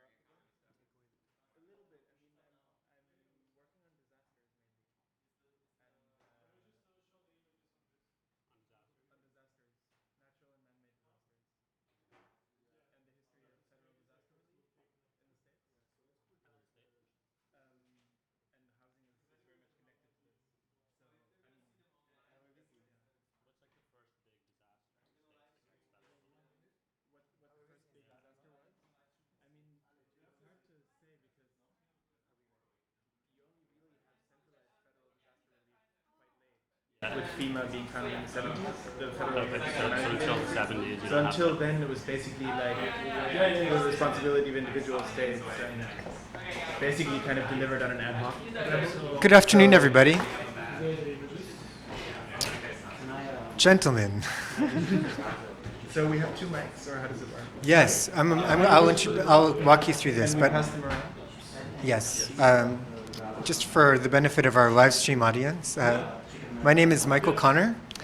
I'm artistic director of Rhizome, and I'm also helping Heloise with the live stream today.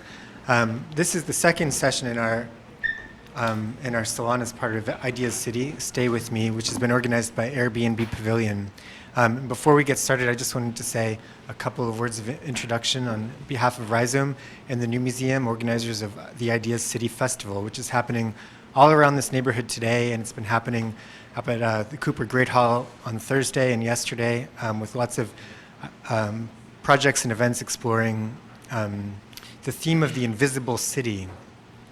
So as part of that theme, we invited Airbnb Pavilion to explore the question of Airbnb's impact on contemporary domesticity in the context of a rented Airbnb apartment with different people coming in and talking about issues raised by Airbnb and like specifically looking at it from the perspective of interior decoration, which is especially sort of interest now because interior decoration has always kind of existed in sort of the private sphere behind closed doors and now has gained new visibility and new participation in political and economic life.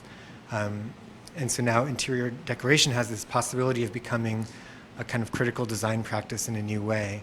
And the hope of this kind of conversation is that we can begin to inform what that critical design practice might look like and how it can help shape that domesticity in the future.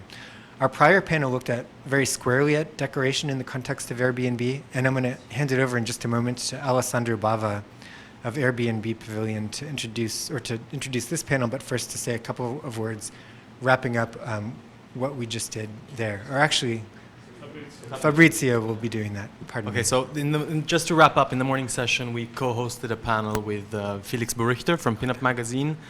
We had guests Rafael de Cardenas, Ricky Clifton, Patrick Parrish, and Paloma Powers, and the discussion was very much focused, let's say, on the practice of interior decoration, its relationship to, let's say, to city matters, and let's say in the context of, let's say, the creative industry. Now, the goal of this current panel, which is called, of which the title is "Hood by Airbnb: Housing in New York City," is really to explore, let's say, how, of course, always from the inside out, Airbnb as a platform is affecting neighborhood dynamics and equally the condition of domesticity today. So we have a series of guests. I'll start introducing Murray Cox by reading his bio. Murray Cox is an Australian documentary photographer, activist, and technologist who currently lives in New York City. He has produced the data visualization project Inside Airbnb, which maps all the Airbnb listing in New York City.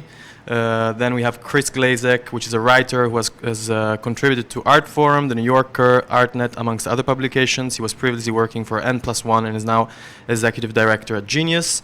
Benjamin Walker, at my left, creator of The Theory of Editing, which described as a podcast about connecting the dots. All of them. A radiotopian recently completed the series of New York After Rent.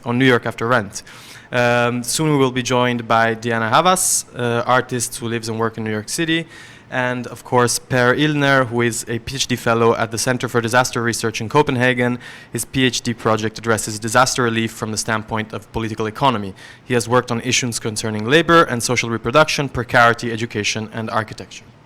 So I would say that to begin with, since let's say the previous panel was revolving around interior decoration, we can start again inside Airbnb, but at this point, let's say from a different perspective, analyzing the work of Murray and how perhaps it allows us to understand some of the financial mechanisms behind this platform and how they, let's say, relate to the more urban dynamics in New York. We are in an I'll remind you, we are in an Airbnb rented flat ourselves. well, I cannot disclose the address, in proximity to the new museum. And I think Murray has also probably, Murray perhaps has done a bit of research also on the property, perhaps? Thanks for inviting me here.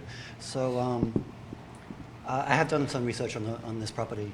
So it's interesting to note that this is a condo. So we're in a condo.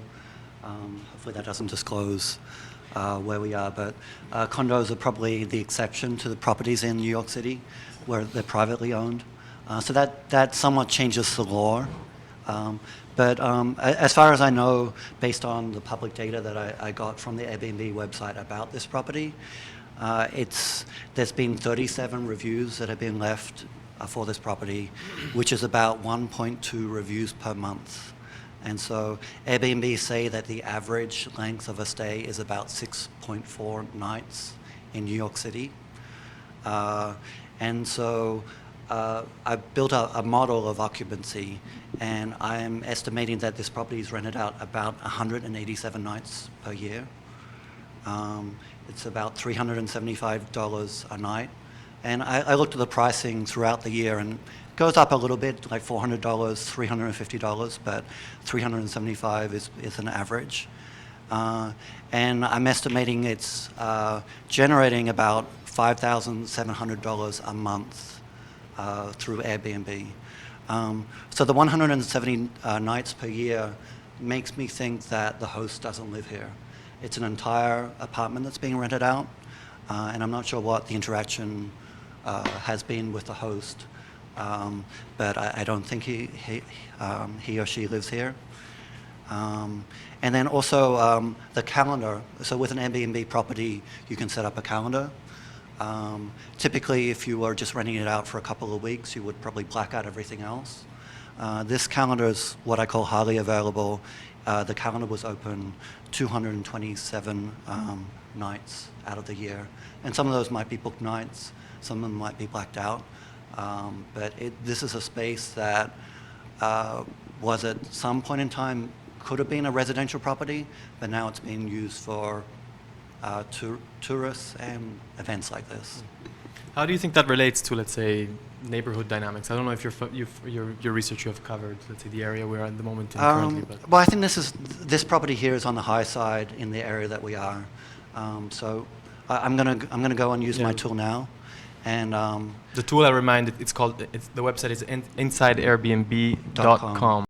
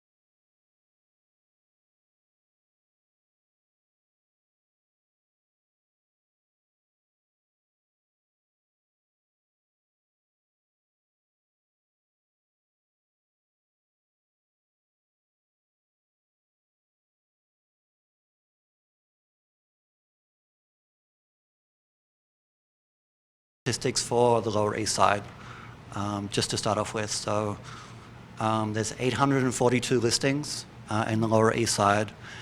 63% of them are entire homes. And so, I mean, that starts getting into questions about, so what is Airbnb being used for? Are people renting out private rooms? Are they sharing rooms? Like someone sleeping on a couch, or are they renting out entire homes? And so this is telling you that the majority of properties in the Lower East Side are entire homes or apartments. Then probably the next question, if you're thinking about what it's doing to communities, what's Airbnb doing to communities, is someone doing that occasionally? Is someone renting out that entire apartment occasionally, or are they doing it full time? Is someone actually living there? Is a resident of the city living there? And so, with the publicly available data, I mentioned I had.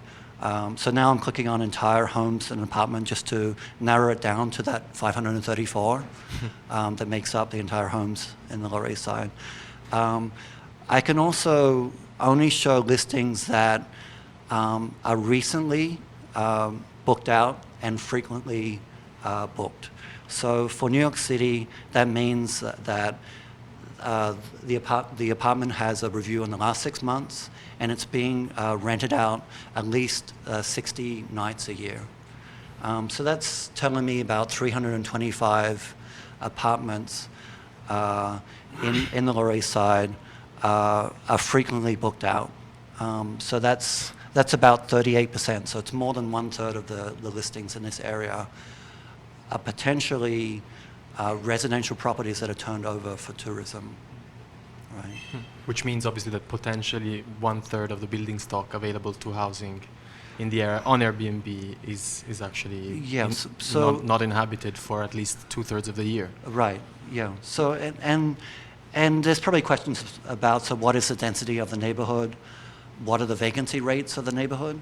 And so I don't talk about that with my tool, but I make the data publicly available so people, urban planners, public policy people can go and answer some of those questions. Yeah. They could look at the vacancy rates in certain neighborhoods. Yeah. As I understand, this is a project which you initiated out of your own initiative, not, I guess, with any, let's say, commercial purpose, nor with any, let's say, particularly ideological driven scope. Is that the case, or? Well, I think my assumption was that Airbnb was had a negative impact, at least on my community. That's where it started. I started asking questions. I'm not associated with, I didn't do it to make money. I was working with some community organizations, but I did it independently. Actually, my co-collaborator, John Morris, just walked in, who helped me design the site. And so it was basically an independent project for the public interest. Okay. I mean, speaking of public interest, we came across Murray actually through Benjamin's podcast. So perhaps you could try to unwrap how Murray's work, let's say, relates to the general questions you were dealing with in New York after rent. Yeah, so there hasn't really been a project done like this on the data. So I think when you if you're interested in Airbnb or issues like this, when you see what he's done, not as like a data news journalist, that there are actually divisions at many institutions that haven't made something like this. It's kind of really, really impressive to see this. And I've read some other analysis of it, and it, again, people are very complimentary about how this tool works. And of course, there are questions about, the specificsness. So like this would be one, according to his calculations, this would be an unoccupied apartment. You mentioned that you have a connection to no, we don't know who, there's no possibilities of anyone who lives here. Yeah. Oh yeah, that's what I heard. It's just like some of the previous guests knew the artist who lives here or owns this apartment at least. That's what it was. Yeah. I was listening earlier. So therefore, there are some questions about like what it means if someone is actually living in the apartment, because that I think is the interesting statistic.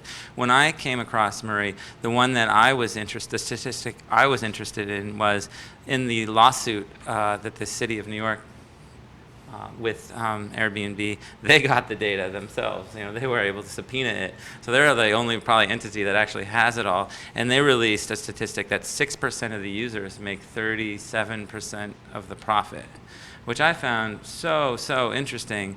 And for me, I kind of gravitated towards that. It's like, okay, this is proof that something is, not really working the way it should be working, because it's like one guy having like 10 units in one street. But one of the things that Murray made me see differently was like, I want to focus on one guy who has maybe 10 units, but what about the 30 people in that block that have 30 in aggregate? Why is this one guy actually worse than the 30? And that was a real, because I had always kind of thought that maybe the individual was not as much as a problem as the guy having more than one. So that it was less about, let's say, Airbnb dissidents than the dissidents of Airbnb as a company in neighborhood dynamics, perhaps. Yeah, and I think one of the things that I really got from Murray is that similarly there was this campaign during the lawsuit where Airbnb was plastering the city of New York with these images of very, very distinct slogan. It was, New Yorkers agree, Airbnb is great for New York City.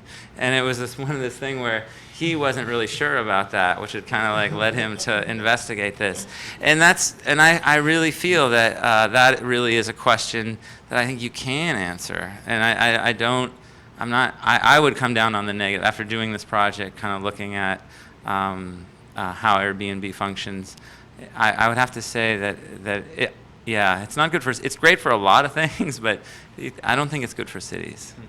But perhaps would be interesting to, because Airbnb function with a rent basically system, and rent has a long history in capitalism, for example. And I was talking with Per recently about the role of rent, maybe more fundamentally in like cities, in the modern city, and maybe it would be interesting to know the ground with that, and maybe try to draw some, like, I don't know, historicize perhaps a little bit what this phenomenon is, because it doesn't seem that Airbnb is going to disappear, or at least this method of renting out space on even objects and things like the sharing economy, on experiences, and how perhaps we could draw some information from that.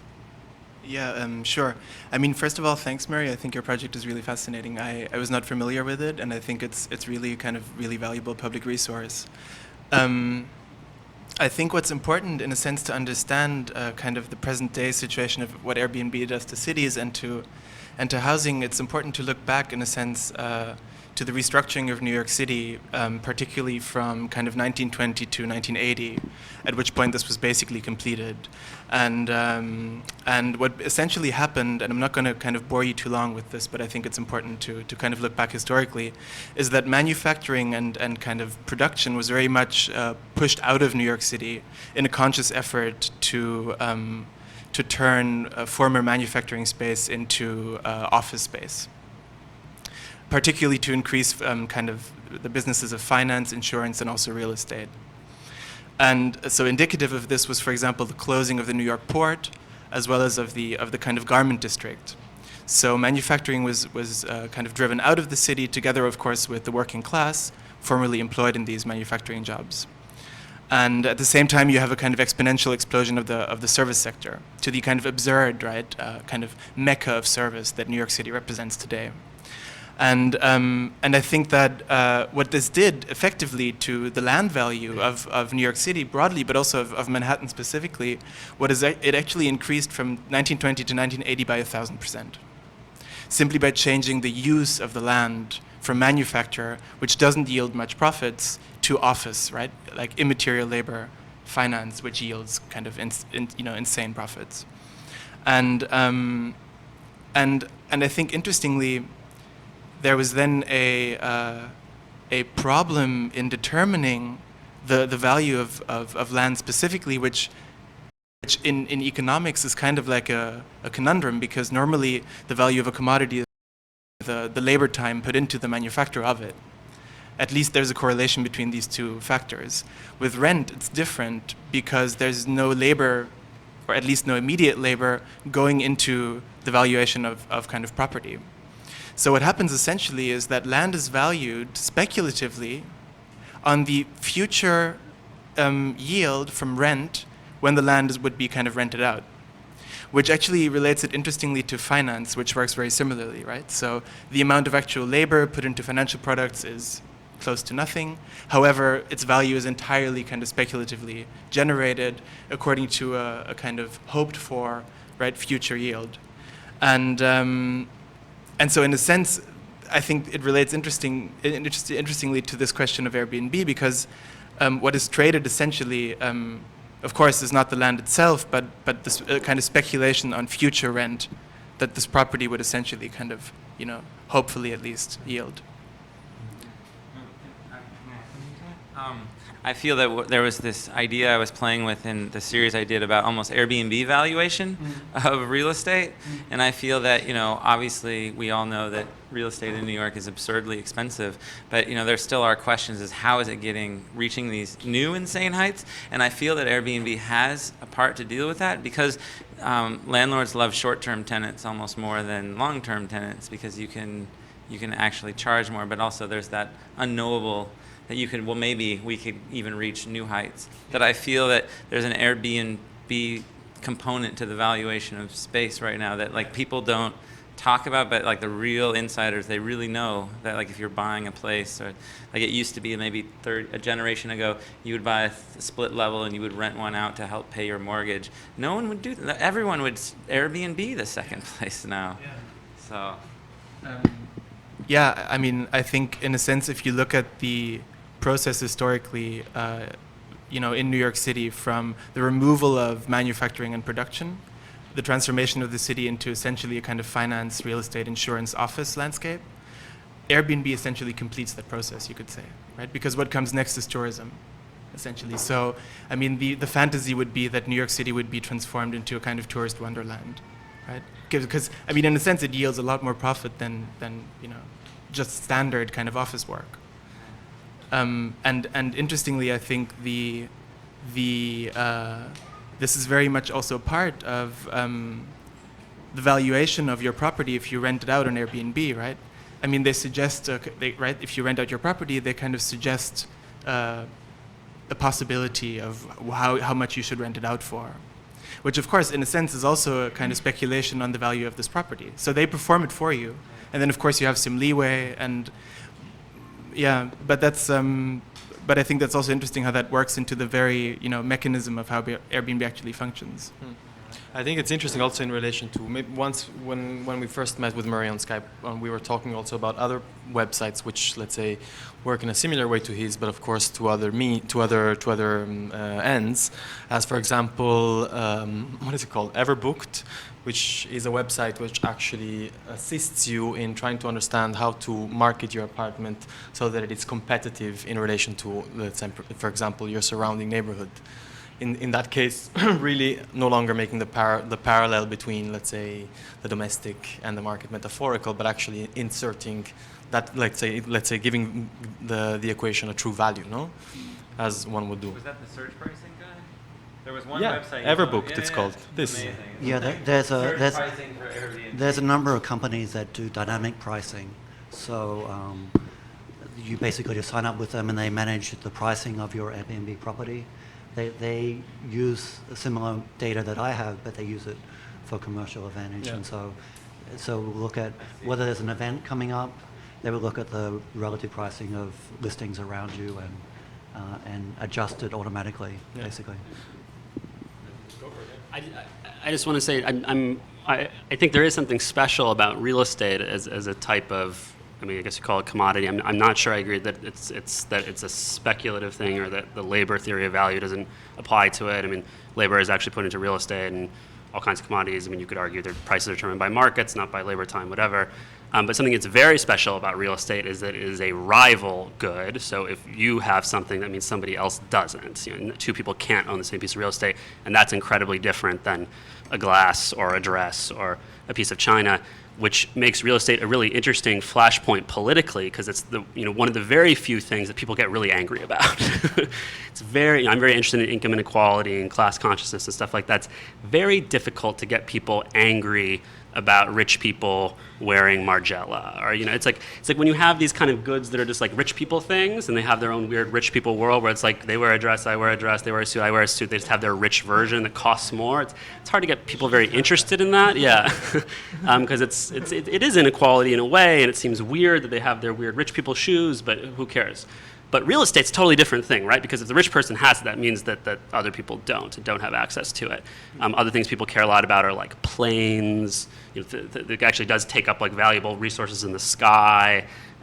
People get so things that are actually rival goods where me having it means you don't makes it a much more politically interesting kind of transaction. And So that's one point I just came to mind. And the other thing, and I think you guys were kind of alluding to also, and you mentioned at the beginning, it's really important if the person owns the place or doesn't own the place. When we think about how Airbnb is maybe remaking New York City or remaking housing in New York City, and Airbnb's own campaigns about, oh, this is so great for renters, can get extra help with what they're doing every month. Just as was true during the agricultural revolution in England, any way that you can get extra value out of land, ultimately that benefit will always flow to the owner of the land. The leaser might think that they are benefiting in the short term, and in the short term maybe they are actually getting something out of it, but that extra surplus will always be bleeded out by the person who owns the land. So whatever improvement the farmer is making to their land with seeds or tractors or fertilizers, they're forced to constantly improve the land in order to keep up with rising rents.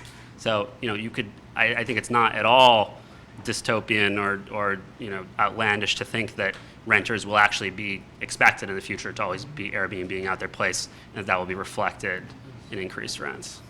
I almost feel that I feel that when you talk about the who is not maybe benefiting as much as the owner, I feel that over the past 5 years we've really had, especially in New York City, this group. So when Airbnb launches in New York in the fall of 2008, it's the same moment that the financial crisis happens. And I feel that especially here in New York, most of the people that on the front lines of Airbnb were artists, or at least people, or freelancers, or culture workers, people whose existence was especially precarious at this moment because the job, the work was gone. So in order to even stay here, there was this, or at least go on a trip, you almost had to participate in this. And it reminded me that, when we talk about gentrification, artists were on the front lines of gentrification too, and it seemed that artists were on the front lines of Airbnbification. And it seems like when I talk about people with Airbnb, that perspective really wants to argue against what you just said. That no, we're benefiting from this. I'm not the owner of this place, but I feel there's a really large group of people who would really want to make the case that this is great, that all of the benefit is not going to the owner. And I'm curious, what do you say? I'm not good at arguing that. What would you say? I would say two things. That it depends on the time horizon. There are obviously individual cases where a renter is really making out like a bandit on an Airbnb property, and I've lived with some of those renters. It's really interesting what Airbnb does to roommate relationships too, the strain that it puts on that. But sometimes in the short term, I think people are actually benefiting. But then I think there are other ways where it's an illusion. It's like you think you're benefiting, you're really not. And it's the interaction between artists and Airbnb and artists and gentrification generally is obviously interesting and has a long history. And in a way, it's like the most reliable way that artists can kind of cash out or monetize the aura that surrounds them is through their effect on space. Aura affects space. And so you can make artworks all you want, and maybe at the end of the day you're selling your artworks for $1 million, but what's much more likely is that the space where you made the artworks is going to sell for millions of dollars. That's one of the principles of gentrification, as expressed, for example, in the 1960s article by, what is her name? Miss Glass. Huh. But so, and the lessons for artists in this dynamic, which repeats itself over and over again throughout history in different places, is that you got to fucking own the property. And if you don't own the property, if you don't own the studio, you are not capturing the value you're creating. Somebody else is. So Airbnb is the same way ultimately. The more you monetize any kind of space or good or whatever, the person who benefits is the person who owns it. It's there's this case of John Giorno and a few other, the photographer that just sold his property that was kind of the biggest 54 million. Yeah, 54 million for this. So much art wealth in New York is actually real estate wealth. Yeah, exactly. That's what I mean. But it's also, I think, I was interested in what you mentioned in terms of Airbnb and the support for Airbnb really also rising at a moment of crisis, of labor crisis for artists and creative workers generally. Because I think you have that generally, I think, if you're looking at sharing economies more broadly, that this is kind of exactly, that there's a historical correlation. They arise at a time where real jobs are being effectively cut, where wages are not rising, where suddenly people are enticed because of effective the threat of effective poverty, to develop, in a sense, a very entrepreneurial relation to their assets, whatever that might be, right? It might be your bedroom, which of course, with all the pitfalls that come with entrepreneurial subjectivities, right? So, you were speaking about the competitive relationship you then have to your other roommates, right? Who might make more money on their room. So you want to check how much they rent it out for. So I think there's an insidious, it's almost like a kind of masochistic relation that we get with this, right? Because of course it allows you to survive, to kind of make do, in the short term, but at what cost? And of course ultimately you're still suffering from it because you do not own the property, so you will in the long term always lose out. And effectively what you're also doing is you're kind of increasing the land value for the landlord, right? Not for yourself. Yeah. So, or the platform, exactly. So I think that that it's interesting to look at, also the kind of entrepreneurial subjectivity that emerges then in relation to this. Yeah, I think one thing, for example, which was which I thought of when you were expressing this is that, let's say, particularly in relation to tourism, is to understand how sharing economies, for example, now are actually broadening their portfolios with websites, for example, such as Breather, which is, I guess, the next frontier of Airbnb, which is actually, let's say, which is actually addressing the precarious laborer as much as the precarious dweller, by allowing you, for example, to rent on a very short-term, let's say, hourly basis, particular spaces in the cities to perform, for example, meetings or to have encounters with clients, for example. The interesting thing about them is that, for example, if previously we were, or if, let's say, in an article we were writing for Rhizome, we were trying to, let's say, understand the correlation between the, let's say, market dynamics and interior decoration in terms of lifestyle expression. Companies such as Breather, for instance, have much more direct stakes on spatial matters in that they engage directly with the space you, let's say, provide to them by introducing new furniture, for example, changing wall elements and so forth. So I think that's also something interesting which perhaps didn't arise in the conversation before, but I think is still worth pursuing in our current talks. I just want to come back to that. Wait, did you want to say something first? No, it's fine. Go for it. When you're talking about this new subjectivity, so I just did this radio series for my show called New York After Rent, and it was kind of looking at you talk about Airbnb being the completion of something, and that's kind of was the starting point, that maybe what happens when we say, okay, gentrification is over, what is post-gentrification? I mean, that was the idea, and I started thinking, and that's how I came to Airbnb. But the real question was, what happens to the mental space of people living in these cities like New York and London and Berlin, where this whole idea that you're supposed to commodify maximize the potential of every physical space, every extra closet, every extra bedroom, every extra lunch break. What happens to the mental spaces where you create, art and creativity? That was kind of the impossible question that I kind of went after in that series. And directly on that, I think that the particularity also that perhaps sets Airbnb slightly apart from other sharing economies, particularly Uber, or also, TaskRabbit, where essentially you can advertise any service, right, that you need, from like watering your flowers to, looking after your children. And anyone will kind of do it and people will actually compete each other on that.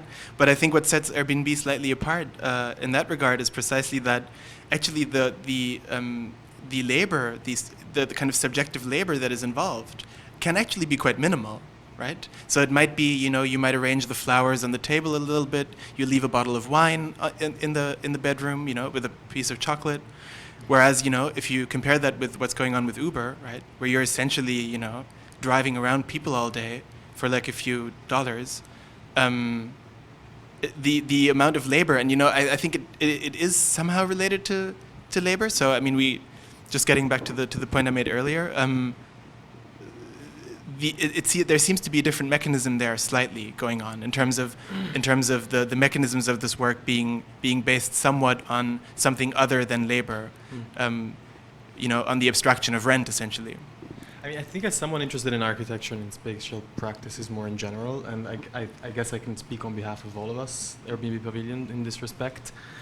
It's true, what you say is true, but to a certain extent also what has to be taken into account, and I think particularly in apartments like these, when we talk about subjective labor, is let's say how Airbnb, for example, functions how, let's say, what representation means as a financial asset on, let's say, websites such as Airbnb, where, let's say, overcharacterization and, in a certain extent, the, let's say, invention of a certain, or I would say the invention of a certain lifestyle value is actually the true sort of, how do you say, twist to the equation. An interesting piece of evidence, for example, we found in this matter, and that has to do, for example, with how, for instance, photographs are taken of Airbnb apartments. So to go back to the inside Airbnb point, is that, let's say, when Airbnb had a few listings in New York, let's say in the around 40 listings more or less, it was not being incredibly productive. And it was only, let's say, until Airbnb photography was introduced in the equation, so when they sent their own photographers to take pictures of the places, that the company actually, I think, quadrupled their monthly, let's say, incomes from the apartments, which of course gives a completely different agency to, let's say, aesthetical questions, spatial questions, and questions of representations, which is the true, let's say, subjective labor, let's say, clients of Airbnb feed on. Yeah. So, for example, the whole idea even of an authentic sort of artist loft, as the one we are in at the moment, which is, of course is not authentic, but it's a constructed myth, and this, we argue, is also a form of currency, because that's what let's say, to a certain extent, the exchange is based on. Well, it's interesting. I get contacted by people around the world that have some type of interest in Airbnb because of my project. And I was contacted by a photographer who shoots properties in New York for Airbnb. And as she started to travel around to the different properties and realized that people weren't living there, and sometimes meeting the host who had multiple properties, she became somewhat disgusted by that situation, because she was, I think she was living in a gentrifying neighborhood where rent was an issue. And just that understanding that this is what's really happening with Airbnb, that into high properties. And so getting back to your point, what I think is different about Airbnb, it's not just about kind of labor, it's about it's the sharing economy using a resource that has a social purpose, which is residential housing. So what makes a difference is that it's not an excess resource, like a spare room or a car that's not doing anything else. The spaces around us have a social purpose, and social purposes that the community has fought for, housing laws.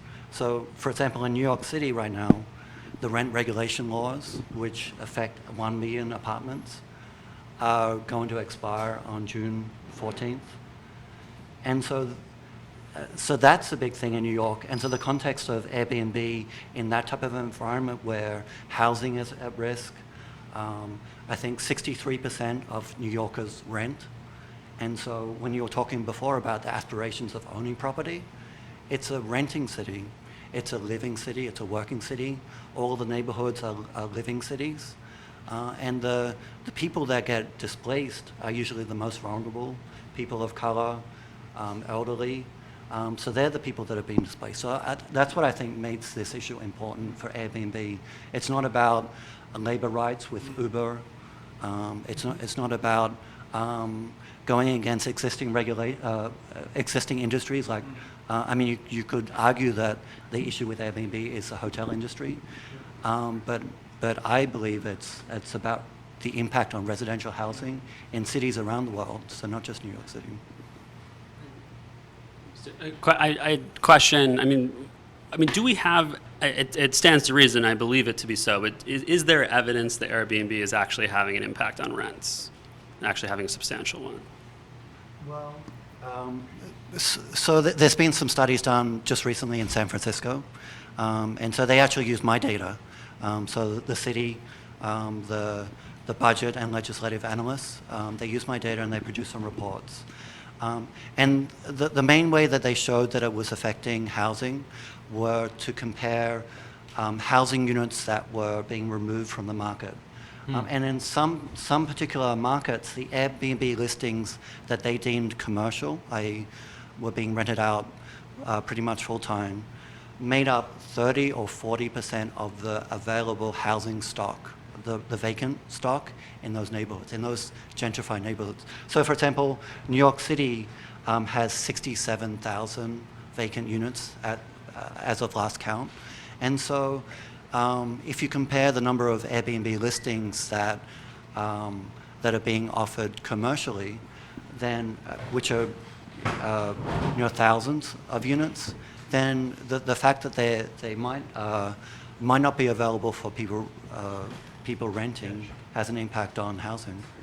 Well, just to play devil's advocate a little bit here. I mean, so the complaint is that, a space that we're like the one we're in today, which is perhaps rented, 150 nights a year, I can't remember the exact number, that there are, dozens and dozens of people who come through this property every year who get to use this space. If you compare that to something like, these oligarch, apartments, these midtown towers where nobody lives ever, and so you have this huge number of units in midtown that are literally empty almost the entire year. That seems bad. I mean, that's actually taking stuff off the market. Whether that stuff, in these huge luxury towers is really like on the market in any way that is meaningful is a separate question. But the properties in Airbnb are being used by more and more and more people. Couldn't you argue that this is kind of like worrying about there's too much free speech? It's like there's too much housing had by too many people for too many different purposes, and you could worry that so.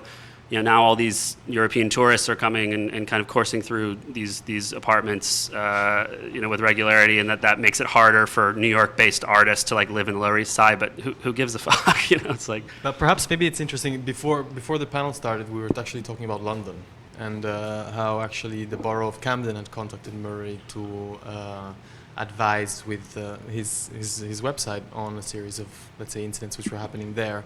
And that's interesting because London also famously was one of the first cities which overtly actually changed all its policies and regulations to accommodate websites like Airbnb within its real estate market. So maybe you want to explain how that works. Right, so just recently, I think it was on May 26th, the London laws changed and made it legal for short-term rentals, but it capped it at 120 days per year. So the intention was still to preserve residential housing. And so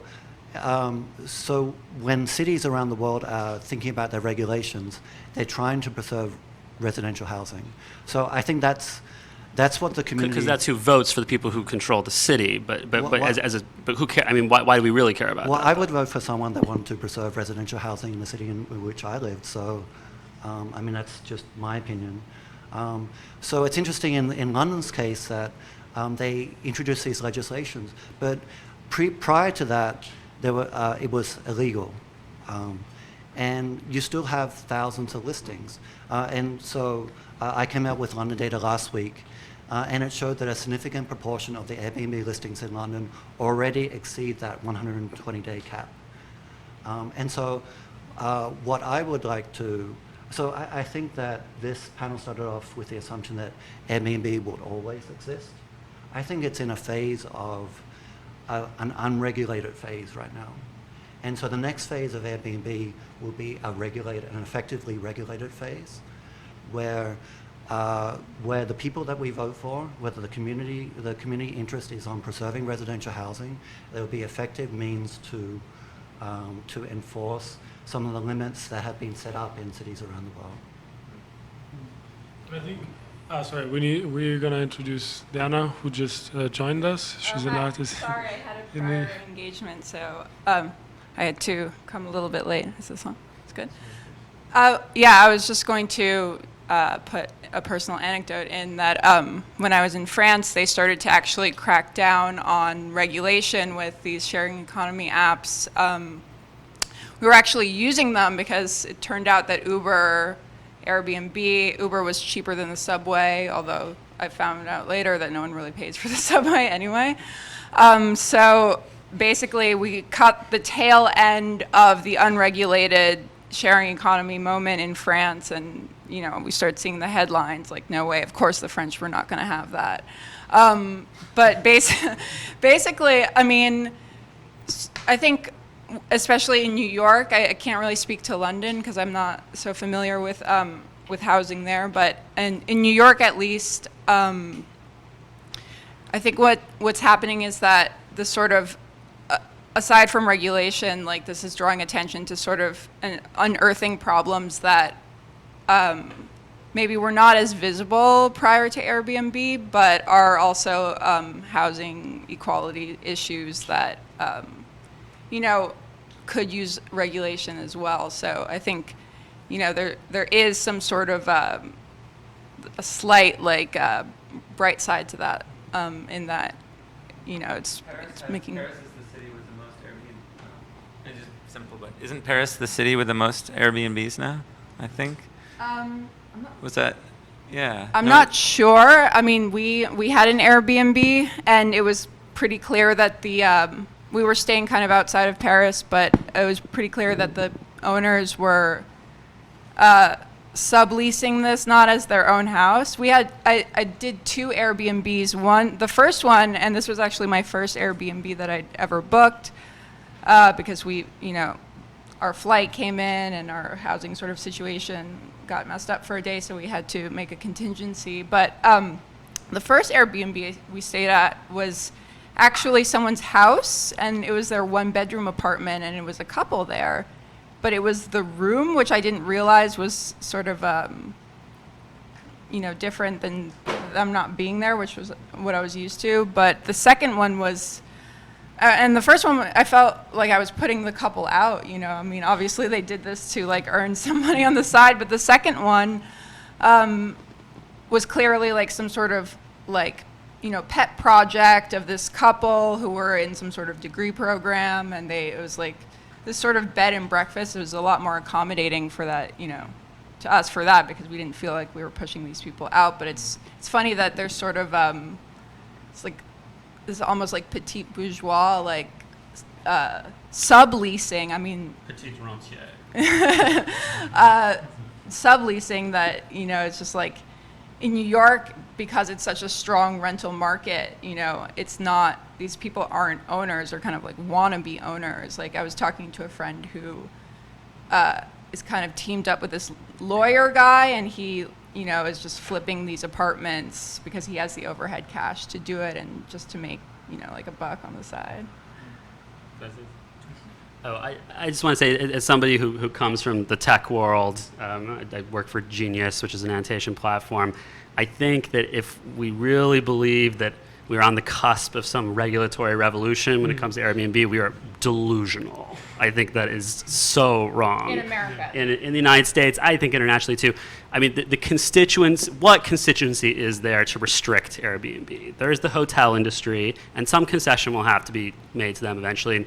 But what that really might mean is just eliminating hotel taxes rather than putting taxes on Airbnb. Uber, They failed. The taxi cab collectives have, succeeded in some places, failed in others. The trend is very, very clear. Uber and Airbnb have emerged victorious, decisively so. They're getting stronger and stronger every day. And I think that when it comes to Airbnb in particular, I mean, Uber's, I think, a slightly different issue. But Airbnb in particular, the reason it's so difficult to generate a real constituency to regulate this stuff, that's not just the hotel industry, is that the benefit to individuals is so clear, and the harm to the collective is actually quite abstract, and it's difficult to prove, and I think it's very difficult to get people to really understand what's going on. And this basic point that no, you think you're profiting, but it's actually the landlord is profiting. I'm very pessimistic about the potential to address something like that. What I'm more optimistic about, even though this sounds nuttier in a way, is that we could revive some kind of discourse surrounding land reform. So let's not worry about internet platforms or subleases or whatever, but let's just talk about the very basics of who owns the land. Almost all countries have gone through land reform revolutions, just not this one. Yeah, basically that's the classic neoliberal problem. I mean, the enemy is, of these companies is the nation state. It's always been the nation state as the enemy of, the idea of a global homogenous governing force. So basically maybe I'm being naive, but I don't necessarily think that is so, so difficult to achieve. I think that what is important is government sort of stepping in and saying, what, we are a nation, we're not going to get bossed around by this anarcho-capitalist vision of the future where we're all these sort of independent, contractors trying to better ourselves and, find work and so on and so forth. So I think that, especially I think that governments like France can sort of step in and say, because they have this sort of like state capitalist model that's quite different from ours. I think that it's up to governments like that to sort of, pull in the reins and say, hey, this is not okay in our borders, and we're going to assert nationhood and not let our people get exploited by these sort of companies. Well, and by these American companies. So, Yeah. and so they do have one really, really big advantage, across the board when it comes to these tech companies that they're American, and that it's one thing for these companies in the United States to put mom and pops out of business or hotels or taxi cabs or whatever. It's quite another thing to have these companies totally reshaping your society when the companies are all in California and you're in Mexico or something. But so I think there's a lot greater potential to organize abroad, probably, although I have to say I find it very surprising that there has not been, kind of more on the government level, just a much more concerted effort to erect protectionist barriers when it comes to internet companies, because it's like the only country that's done it is China, and that's going to have a huge impact on the next century that China did it. I'm even surprised why cities didn't actually implement the infrastructure that this platform required, which is basically nothing. Servers, a platform, a secure way of paying and putting people together to actually own the way you use the space in the city. And I think if they did that, perhaps there would be, because for example, I don't really see these platforms to be, I don't think they're gonna disappear or get regulated, but I think, perhaps if we put the money issue aside on whether it's fair or not to do that, I think they still provide a service that's somehow suited to the new forms of work or mobility patterns, dispossession things there is some sort of, I don't know, not positive, but relevance to this kind of practice, the possibility to go to any city and have an actual house, for however long. And I'm wondering I would be really curious if cities had actually a real politics towards these new forms of life by offering, I don't know, full buildings that they own and run them through platforms run by them or something like this, and perhaps or something like that. I don't know what it would look like, but I'm sure, even architecturally and spatially, what would be the conception of the city you would get, and that's with this in mind. But I think to get there, I think it comes back to something you just said. I don't think the regulation is coming, Marie. I think I love your emerge victoriously line there. I think that's kind of how I see with Airbnb too. But this thing you just mentioned about that the public needs to almost be able to articulate this very abstract notion of harm, or if there is one, that is so abstract and so impossible to imagine. But is it really? I think that here in New York, if we look at what's happened to neighborhoods, one of the other interviews I had in my New York After Rent series was a sociologist who worked in this area in the Lower East Side, basically looking at the upscaling of downtown, of bars becoming cocktail bars. And it's very interesting that the community boards that are sort of making the decisions over these liquor licenses, it really, the criteria for what is good for a neighborhood becomes so narrow by 2009, 2010, and it's just economic development. And that I feel is sort of the same thing you could say about Times Square. It's just very clear that what we're defining as good for a community and good for a neighborhood is just one very, very narrow definition. And so maybe it may be abstract, but maybe we can start to look at sort of the fabrics of neighborhoods to maybe it becomes less abstract. I have to say, I think that we're kind of falling into a trap, and I will quote my friend and colleague Emily Siegel, who's the founder of K-Hole, who's said before that anti-brand activists are actually the biggest believers in brands, and they're the people who have the most vivid fantasies about how brands shape the world. We are being attracted by this big, juicy target, Airbnb, this company, which in a way isn't abstract, right? Everyone knows that Airbnb is this website, we have this concept of it, and we are kind of convincing ourselves that this is the thing that we should be engaging with. Regardless of the fact that Airbnb actually has this incredibly strong brand and it has legions of committed followers and is way, way stronger position than any of the activists against it, instead of looking at maybe where the real divergent interests lie, and that's with the landlord. It's like your enemy is not Airbnb, your enemy is the landlord. It's like if you compare it to something like Walmart or something like that. Everybody wants to try to make Americans and people in other countries rise up against Walmart, but people fucking love Walmart. They interact with Walmart when they're getting a service or they're getting their check. It's very, very difficult to actually make people hate this corporation. It's very easy to make people hate the Waltons. People are hardwired to despise the Waltons, and almost no energy is put into that, and I find it very strange. But I mean, if I can kind of come in right on that point, because I think that, of course, you have calls for better regulation of newly emerging economies. You always have them, right? And I think, I mean, if you look at this again, like historically, at least a little bit, right? I guess there's a tendency also to overestimate the developments that happen in your time, right? Like rather than, I mean, you could also just as much claim that the real tragedy that happened to New York City was precisely the pushing out of manufacture and basically the driving out of the working class, which is actually related to other developments, not Airbnb. So again, I mean, I would just say that it's and I mean, you always have calls to reform, of course, and to regulate newly emerging industries, but the tragedy is that mostly they remain completely ineffective. Like, did anyone protest when Wall Street was established? Does anyone argue against something like the City of London, which is essentially a kind of self-governed entity within London with with their own police force? Right? So I mean, of course, people protest, but mostly I think this hope invested. Maybe it's also kind of cruel optimism that, and I think this is related to what you said, Chris, about about people's investment into anti-brand campaigning. I think similarly, people who invest so much hope in governments actually doing anything against the neoliberalization of the economy actually forget that it was these very governments which welcomed neoliberalism in the first place. So often I think it is indeed kind of more fruitful. No, I mean it is indeed more fruitful than to think of anti reformist and perhaps truly revolutionary organizations based on precisely the kind of class spite that you referred to vis-a-vis the landlord. The founders.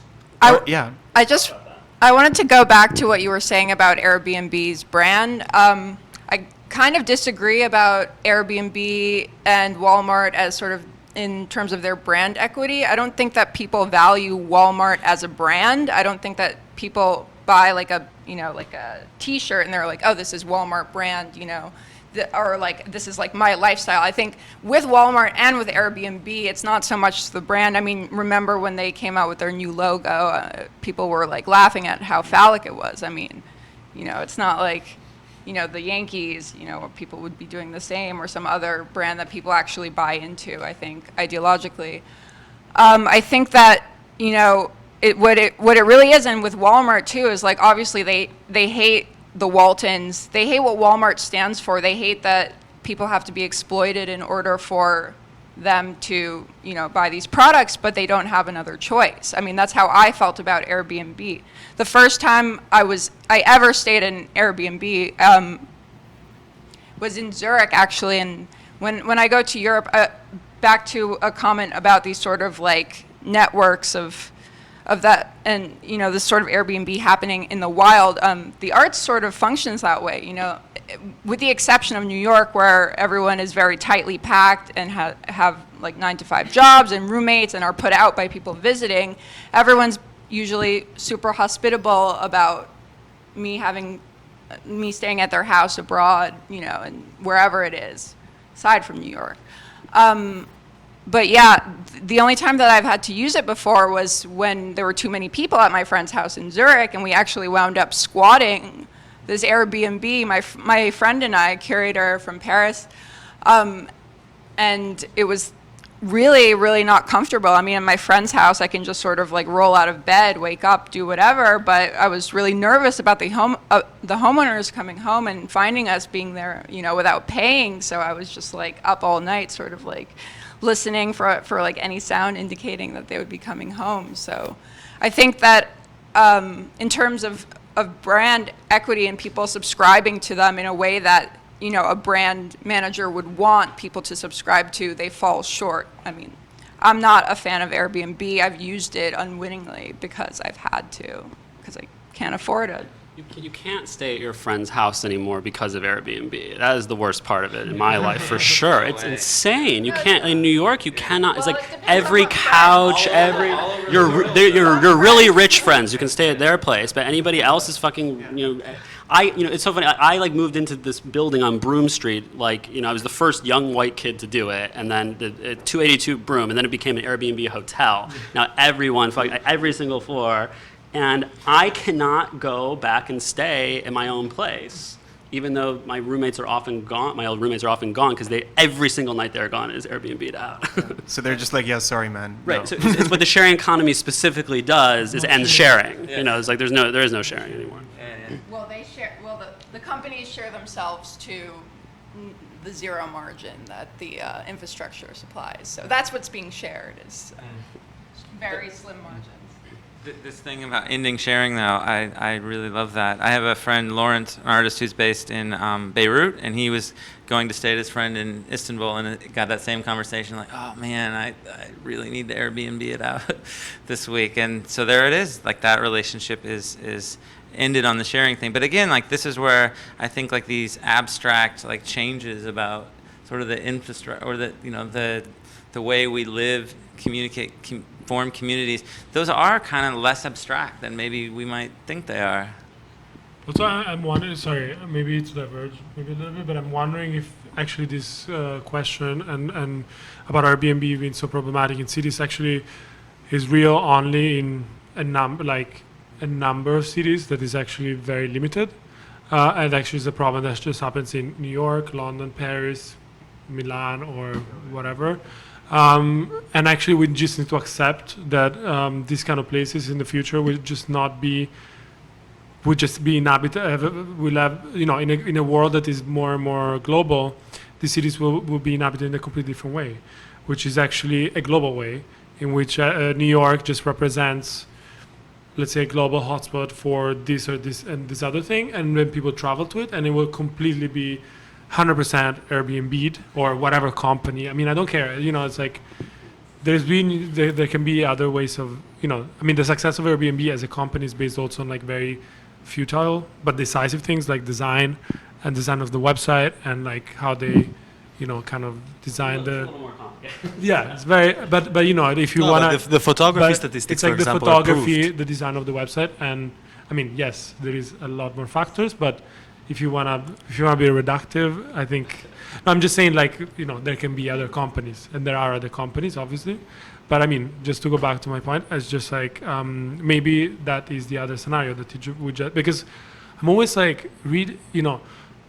yes, in New York, there is the problem of Airbnb and rent and whatnot, but I mean, this phenomenon of people traveling, like who goes anywhere else that is not New York? I mean, it's just something that happens in New York and London and Paris. It just like doesn't happen. Like my parents have a house in near Naples in Italy, and like they are resisting Airbnb it because no one goes. So like they have the extra place, but no one will go ever. So there is no problem whatsoever. Like this issue will never present itself. Now on the design thing, I think it's worth spending a second on that. I think actually it is very important for Airbnb to create a qualitative interface, and that's much of the reason why it is more or less of a monopoly.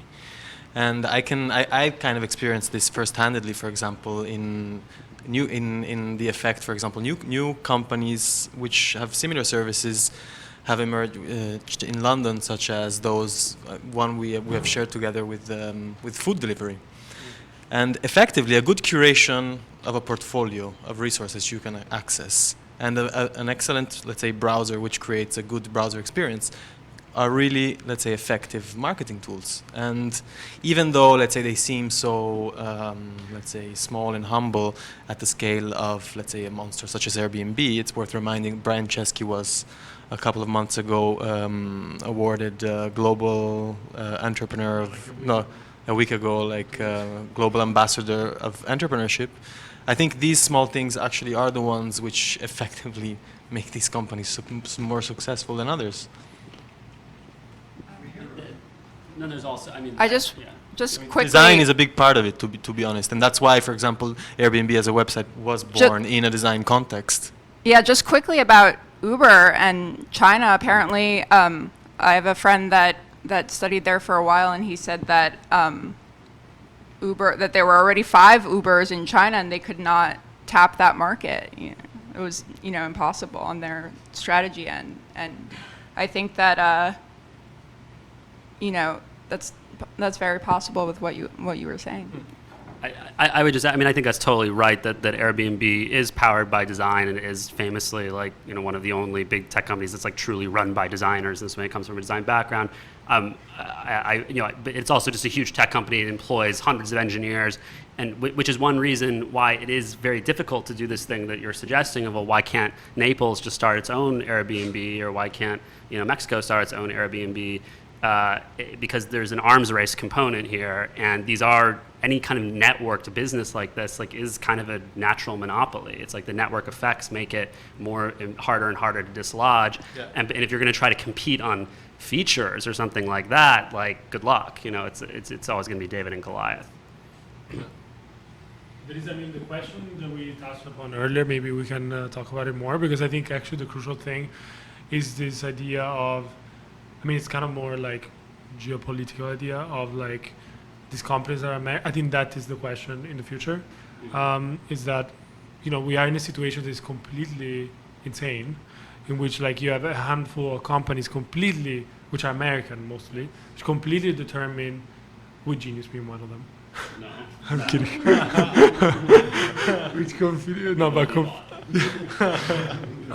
But they completely determine Drinks on you. No, but they completely determine lifestyle and forms of life all over the world.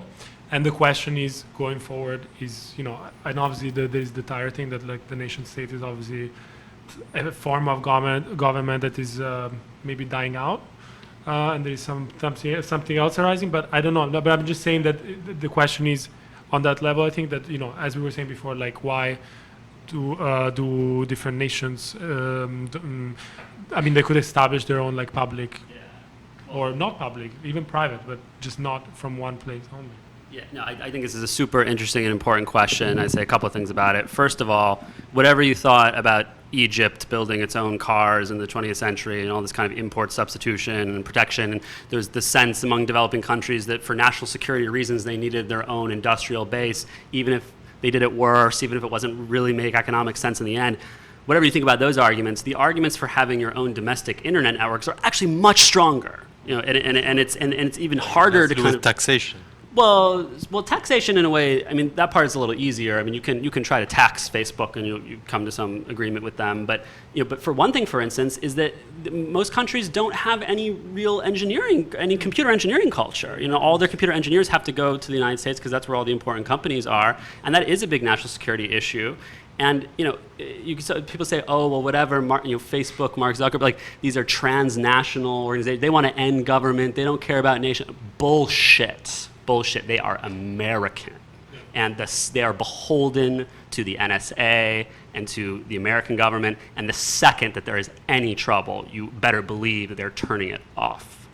And that's a huge. And this actually came up recently with respect to Visa and credit card companies.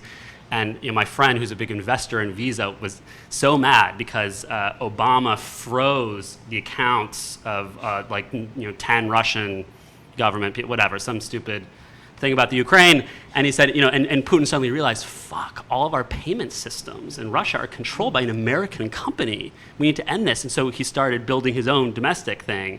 And my friend's God, how could Obama have blown this huge card to play, which is we could end your payment system by restricting the rights of 10 random government bureaucrats. That now Russia's onto it, building their own system, and we can never use this again. And then in the meantime, Visa's lost out in a pretty big market for my friend who's an investor. But how much of that is just Obama? How much of that is just Obama trying to say that we have everything stable, we're not letting these businesses run amok, and ultimately that is to stabilize the dollar in the end, to sort of create this farce of at any moment we can just flip the switch. We know that that's not really the case, that there are interests there. So But I think, I mean, what's really curious often is that the amounts of national protest against American influence are actually kind of next to nil. That's what's crazy. Like, so for example, I'm sure you all remember the actually quite funny anecdote when it turned out that Angela Merkel's private cell phone was being tapped by the NSA, right? So there was a kind of, really a kind of very minimal, purely paying lip service to the kind of necessity of spectacle now, of having some kind of public reaction. There was actually a kind of reaction against this. So the media was like, we're not going to stand for this, this is outrageous. How can you tap Angela Merkel's cell phone? While ignoring completely that, of course, it's basically kind of Germany and the US that manage worldwide austerity at the moment. So as if there were really any secrets between them, right? So, I mean, oh my God, they're not going to learn anything. First of all, they're not going to learn anything by tapping Angela Merkel's cell phone. Second of all, there's not going to be public resistance or governmental resistance against it because they're entirely on the same side. So what shocks me actually is the complete kind of congruence, right, of the US with a lot of at least Western European democracies, right? I mean, so I'm very pessimistic in terms of having any attempt, right, being made on behalf of France. France more so than Germany, but also actually, marginally more. Yeah, definitely. I think it depends on how strongly they adhere to the sort of NATO, mafia, essentially, in the incoming administrations. And, maybe it's not up to France. Maybe it's up to emerging economies to, and that's hard to see so far in the future, as it would probably have to be a little bit further. But maybe because they have the numbers, maybe it is up to the emerging economies to sort of set the precedent. And I think that, that may be more likely, but it really depends on, what the coming administrations, have in mind, I think, in terms of the Western democratic countries. You brought up this thing about cities with Airbnb problems earlier, and a lot of them, San Francisco, New York, Berlin, London, and talking about how this thing you said earlier about they're really landlord problems versus more than Airbnb. I love that, and we've been kind of dancing around the idea that, all right, well, maybe regulation isn't going to happen. Playing devil's advocate, can we imagine maybe the other way, that these platforms like Airbnb almost force the landlord problems to be solved? I'm very curious, like, especially for, you guys traveling. And Berlin seems like really on the front lines of this, looking at like, they're really having a crisis with so much speculation going into land that's being bought for straight up Airbnb. But yeah, I had that thought, and I just wanted to throw that out there. Well, in most cases, it's a landlord that's breaking the law.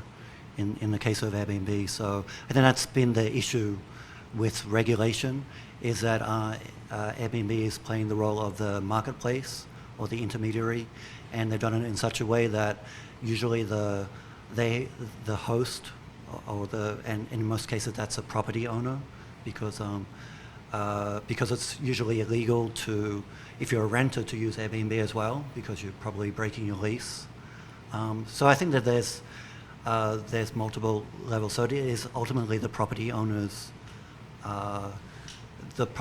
responsibility, and they're the people that are misbehaving in this situation.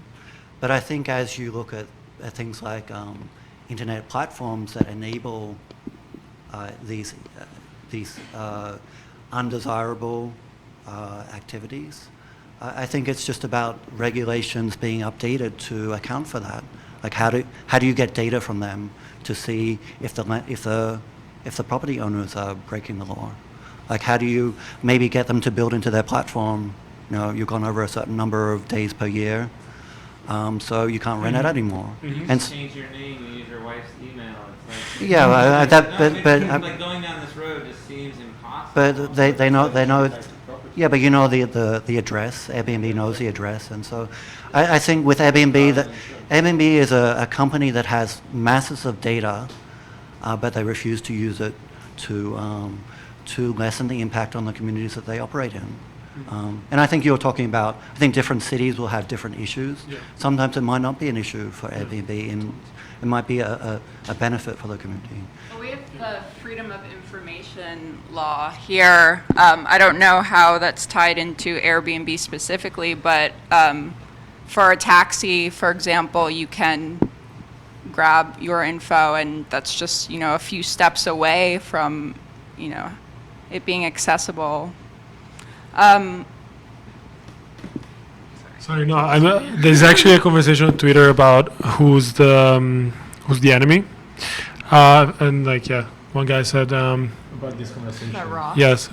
Yes, Ross Leverty. Hi, Ross. Hi, Ross. Shout out to Ross and Mike Pepe. He said, isn't the enemy all three of them, Airbnb landlords and my own self? And maybe I want to add to that maybe the enemy is also designers. Different issue.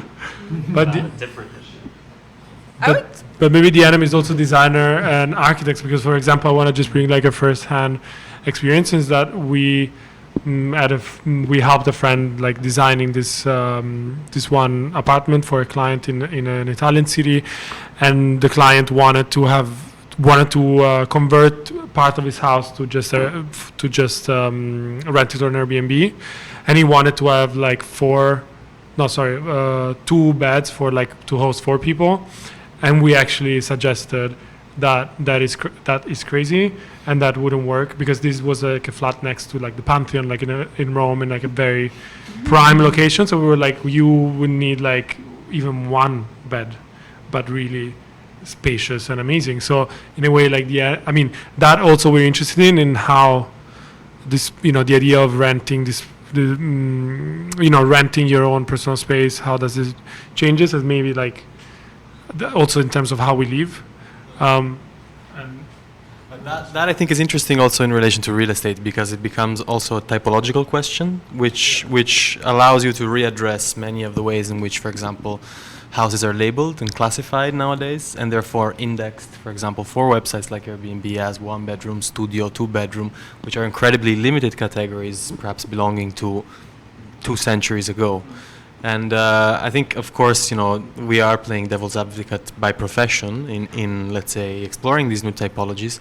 But then again, it is, in a different way, it also forces, I think, nation states to reformulate the way in which they deal with their stock. Yeah, for sure. So, for example, because you mentioned Berlin, I think, in Berlin, the enemy is not so much Airbnb as basically just investors buying entire blocks, almost like entire districts that are then gentrified and essentially kind of developed, and so I think that's, of course, a lot more violent, it's a lot more straight up compared to Airbnb. It really just concerns the ownership of essentially the areas that will be desirable in the future. So I think I would always want to tie it back to kind of the really material discussion of possession of the land, rather than the various types of kind of subletting or letting that are going on in these properties. New York, though, is a renter city. As that's the thing, though. The majority of people who live and work in these cities are renters, though. So they're not the owners, and even by terms of service, they are breaking their lease. But obviously, that. So there's a regulation there that would. If Airbnb had to go there, and if you are not the owner with the property, you are not allowed to participate in. That would end that would be the end of it. I just don't see that ever happening, for that kind of. But there you go. There's a very concrete illegal activity that's happening when it comes to people using these services. But that's also I'm not sure if this is happening, but that could be incentive. In New York, of course, we have it's a renter's real estate market in Manhattan. And we know that outside of Airbnb that you increase rent by cycling through tenants. So when you have these sort of Airbnb people subleasing their spaces illegally, that's greater incentive for the landlords themselves to police them, so that they can get those people out and cycle through, and just that's accelerationist real estate market that you have there. And but what I'm wondering actually is that in the future, who is the Airbnb market going to be for. I mean, obviously, New York, in my example, New York is slowly becoming a city of only professionals, not of artists. I mean, I'm trying to leave ASAP myself. I kind of, you know. But yeah, it's turning, and I'm not the only one. It's been, you know, a mass exodus of artists from New York.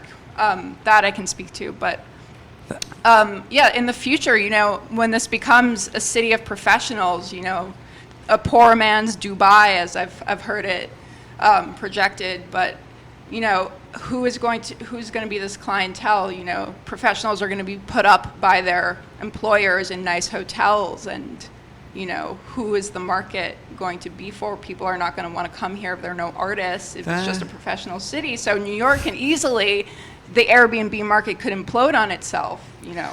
I don't think that's so far-fetched. People are always going to be wanting to come here. I mean, just for historical reasons. But that list of that Airbnb has, that asset, I think, of everyone who is a renter who's broken their lease, that is probably one of the most valuable things they have. And then you think of companies getting hacked. So what was the, you know, just sort of these consumer lists going out there. If that one does end up, you know, again, the New York City government subpoenaed it, so they had it. But that list, I mean, like every landlord trying to get rid of their rent stabilized tenant, they would pay thousands of dollars for that. And I really see, like, those are the kind of weird dystopian things I imagine in the future, sort of like these, like, if that's going to come out. I mean, that is very valuable. Do people with rent-controlled apartments, are they so reckless as to endanger their... Yeah, stabilized is kind of different. But I'd be very interested, like rent-controlled and on Airbnb was such an interesting subcategory. There's been a couple of instances of some subsidized apartments. Some are getting evicted. They're lived up by Central Park. Interesting. But I would probably suggest it's rare, because I think the people that are participating in the Airbnb economy are people with privilege, whether it's people that are technically savvy, they somehow have control of the space, whether they're an owner or a renter, and also tourists, like tourists that are able to travel. Yeah. And so I think, Deanna, when you were talking about maybe being displaced from New York, I think some of us only care about what happens to the city when we're being displaced, but there's probably many other people before us with less power that have been displaced, and that's why. So Airbnb is probably one of the fights that need to be fought in New York City.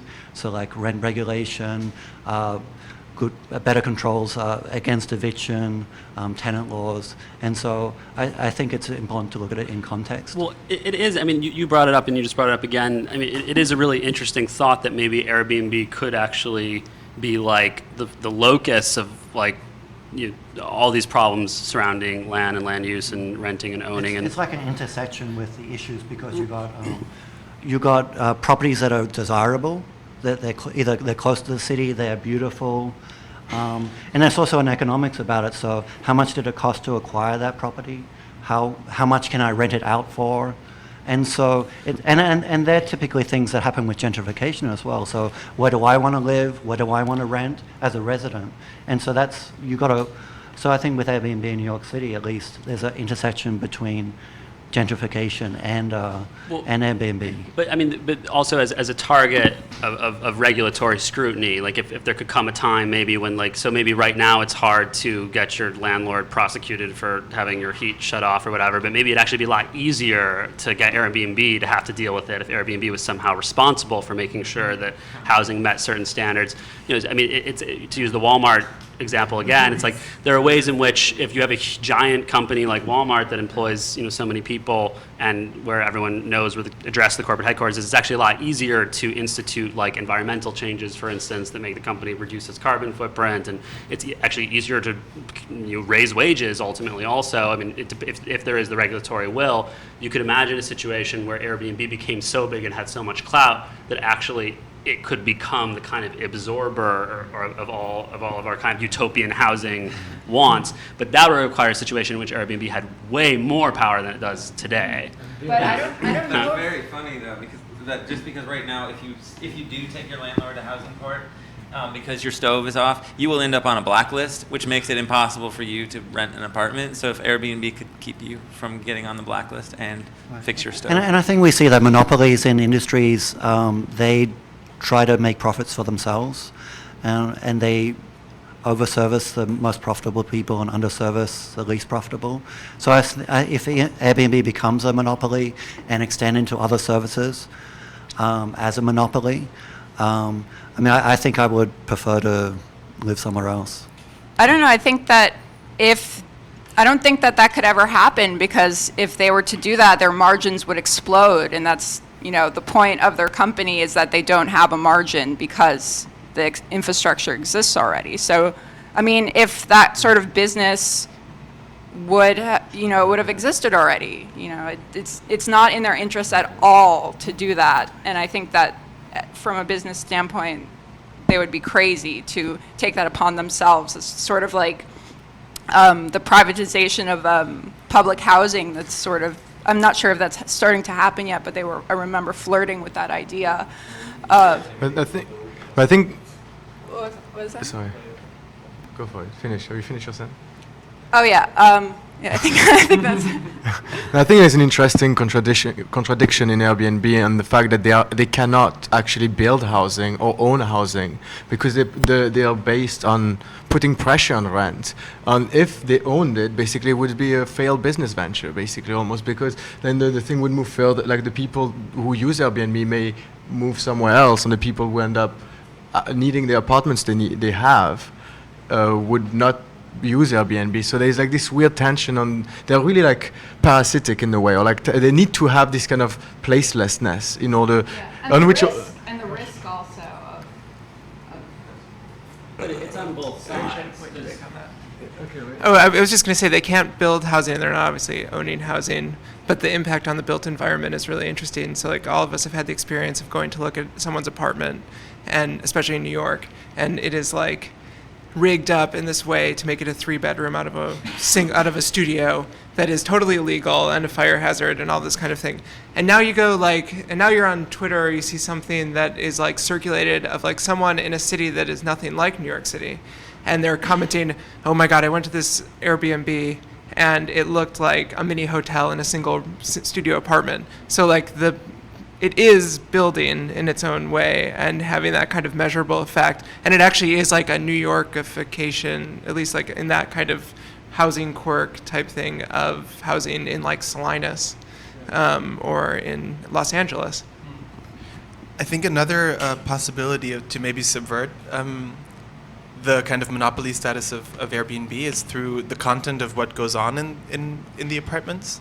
So I mean, I was really so when I first heard about your project, for example, the Airbnb Pavilion, I was really interested in in a way completely unexpected subversion of what was going on. So you essentially rent, through the very, or even here, particularly here, you rent a kind of an essentially private space, and you illegally in a sense, but it's a gray line, right? Because it's not even clear if this is illegal or what are the kind of acts that you should perform in an Airbnb apartment. What considers like legitimate use, and so I think it's a really interesting it's a really interesting way of subverting it, to basically just open it up for to the public first of all, and then to discussion.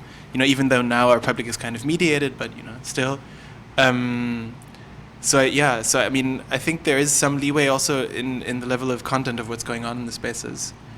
Of course that's kind of minimal because it doesn't exactly concern the ownership status or anything like that. But yeah. I just had a question. Sorry, just quick. I'm just really interested in what you were saying about. So Airbnb can't build its own structures. It can't own its own places, which I don't think that's literally true. I think probably it could. Well, it's actually a very interesting question whether they do or not. I mean, I guess they don't literally own. Yeah.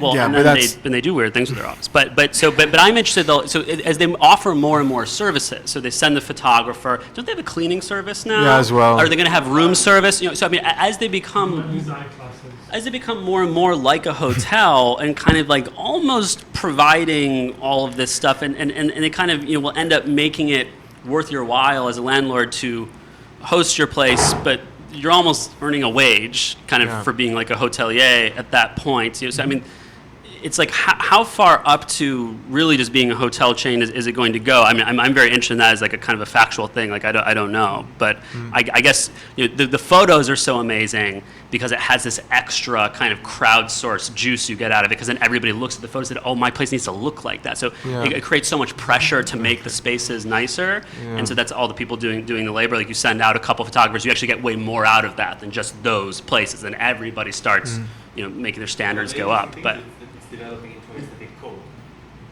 to a certain extent. The interesting thing, I think, is that it's developing into an aesthetic code, which also talks about standardization in a completely different way to how it was being talked about 50 years ago, for instance, or maybe more, like 70 years ago, for instance. And that, I think, is also, let's say, a potential interesting conversation to have. Especially because if there is a code, there's also a negative, which would be spaces that are really resistant to being put on platforms like Airbnb. And I'm really curious, I mean, at the moment, what would be formal in terms of shape, design, but also perhaps, I don't know, like in terms of form of ownership or maintenance or management that actually resist the possibility to be put there. And I don't know, that's my little unanswered question I have at the moment. But in relation to the fact that, in a sense, or to what Dana was saying, that we are sort of powerless, and as a matter of fact, we have to use the company because it's kind of the only option we have to a certain extent. What's interesting is that this discussion has almost biblical terms, and in fact, it reminds me of this legend of Barlam and Yosafat, where, let's say, one of the two characters is on a tree, famously attacked from a dragon, sieged by a dragon from the bottom, and in fact, he's not at all worrying about the dragon. Actually, his only preoccupation is to grasp towards a honeycomb, which is the last sort of resource of pleasure he has in the world. And that is kind of a metaphor for, let's say, a religious redemption of sorts, which should arrive through the church, therefore exiting your precariousness in, let's say, the world of sin. And now, and on I this guess note, whether religion is perhaps the way out to a certain extent. On this beautiful note by Fabrizio, I think we're gonna close this panel and take a little break to come back at 4 p.m. for the next one: hospitality and living la vida loca. Thank you very much for everyone to be here, and it was very interesting.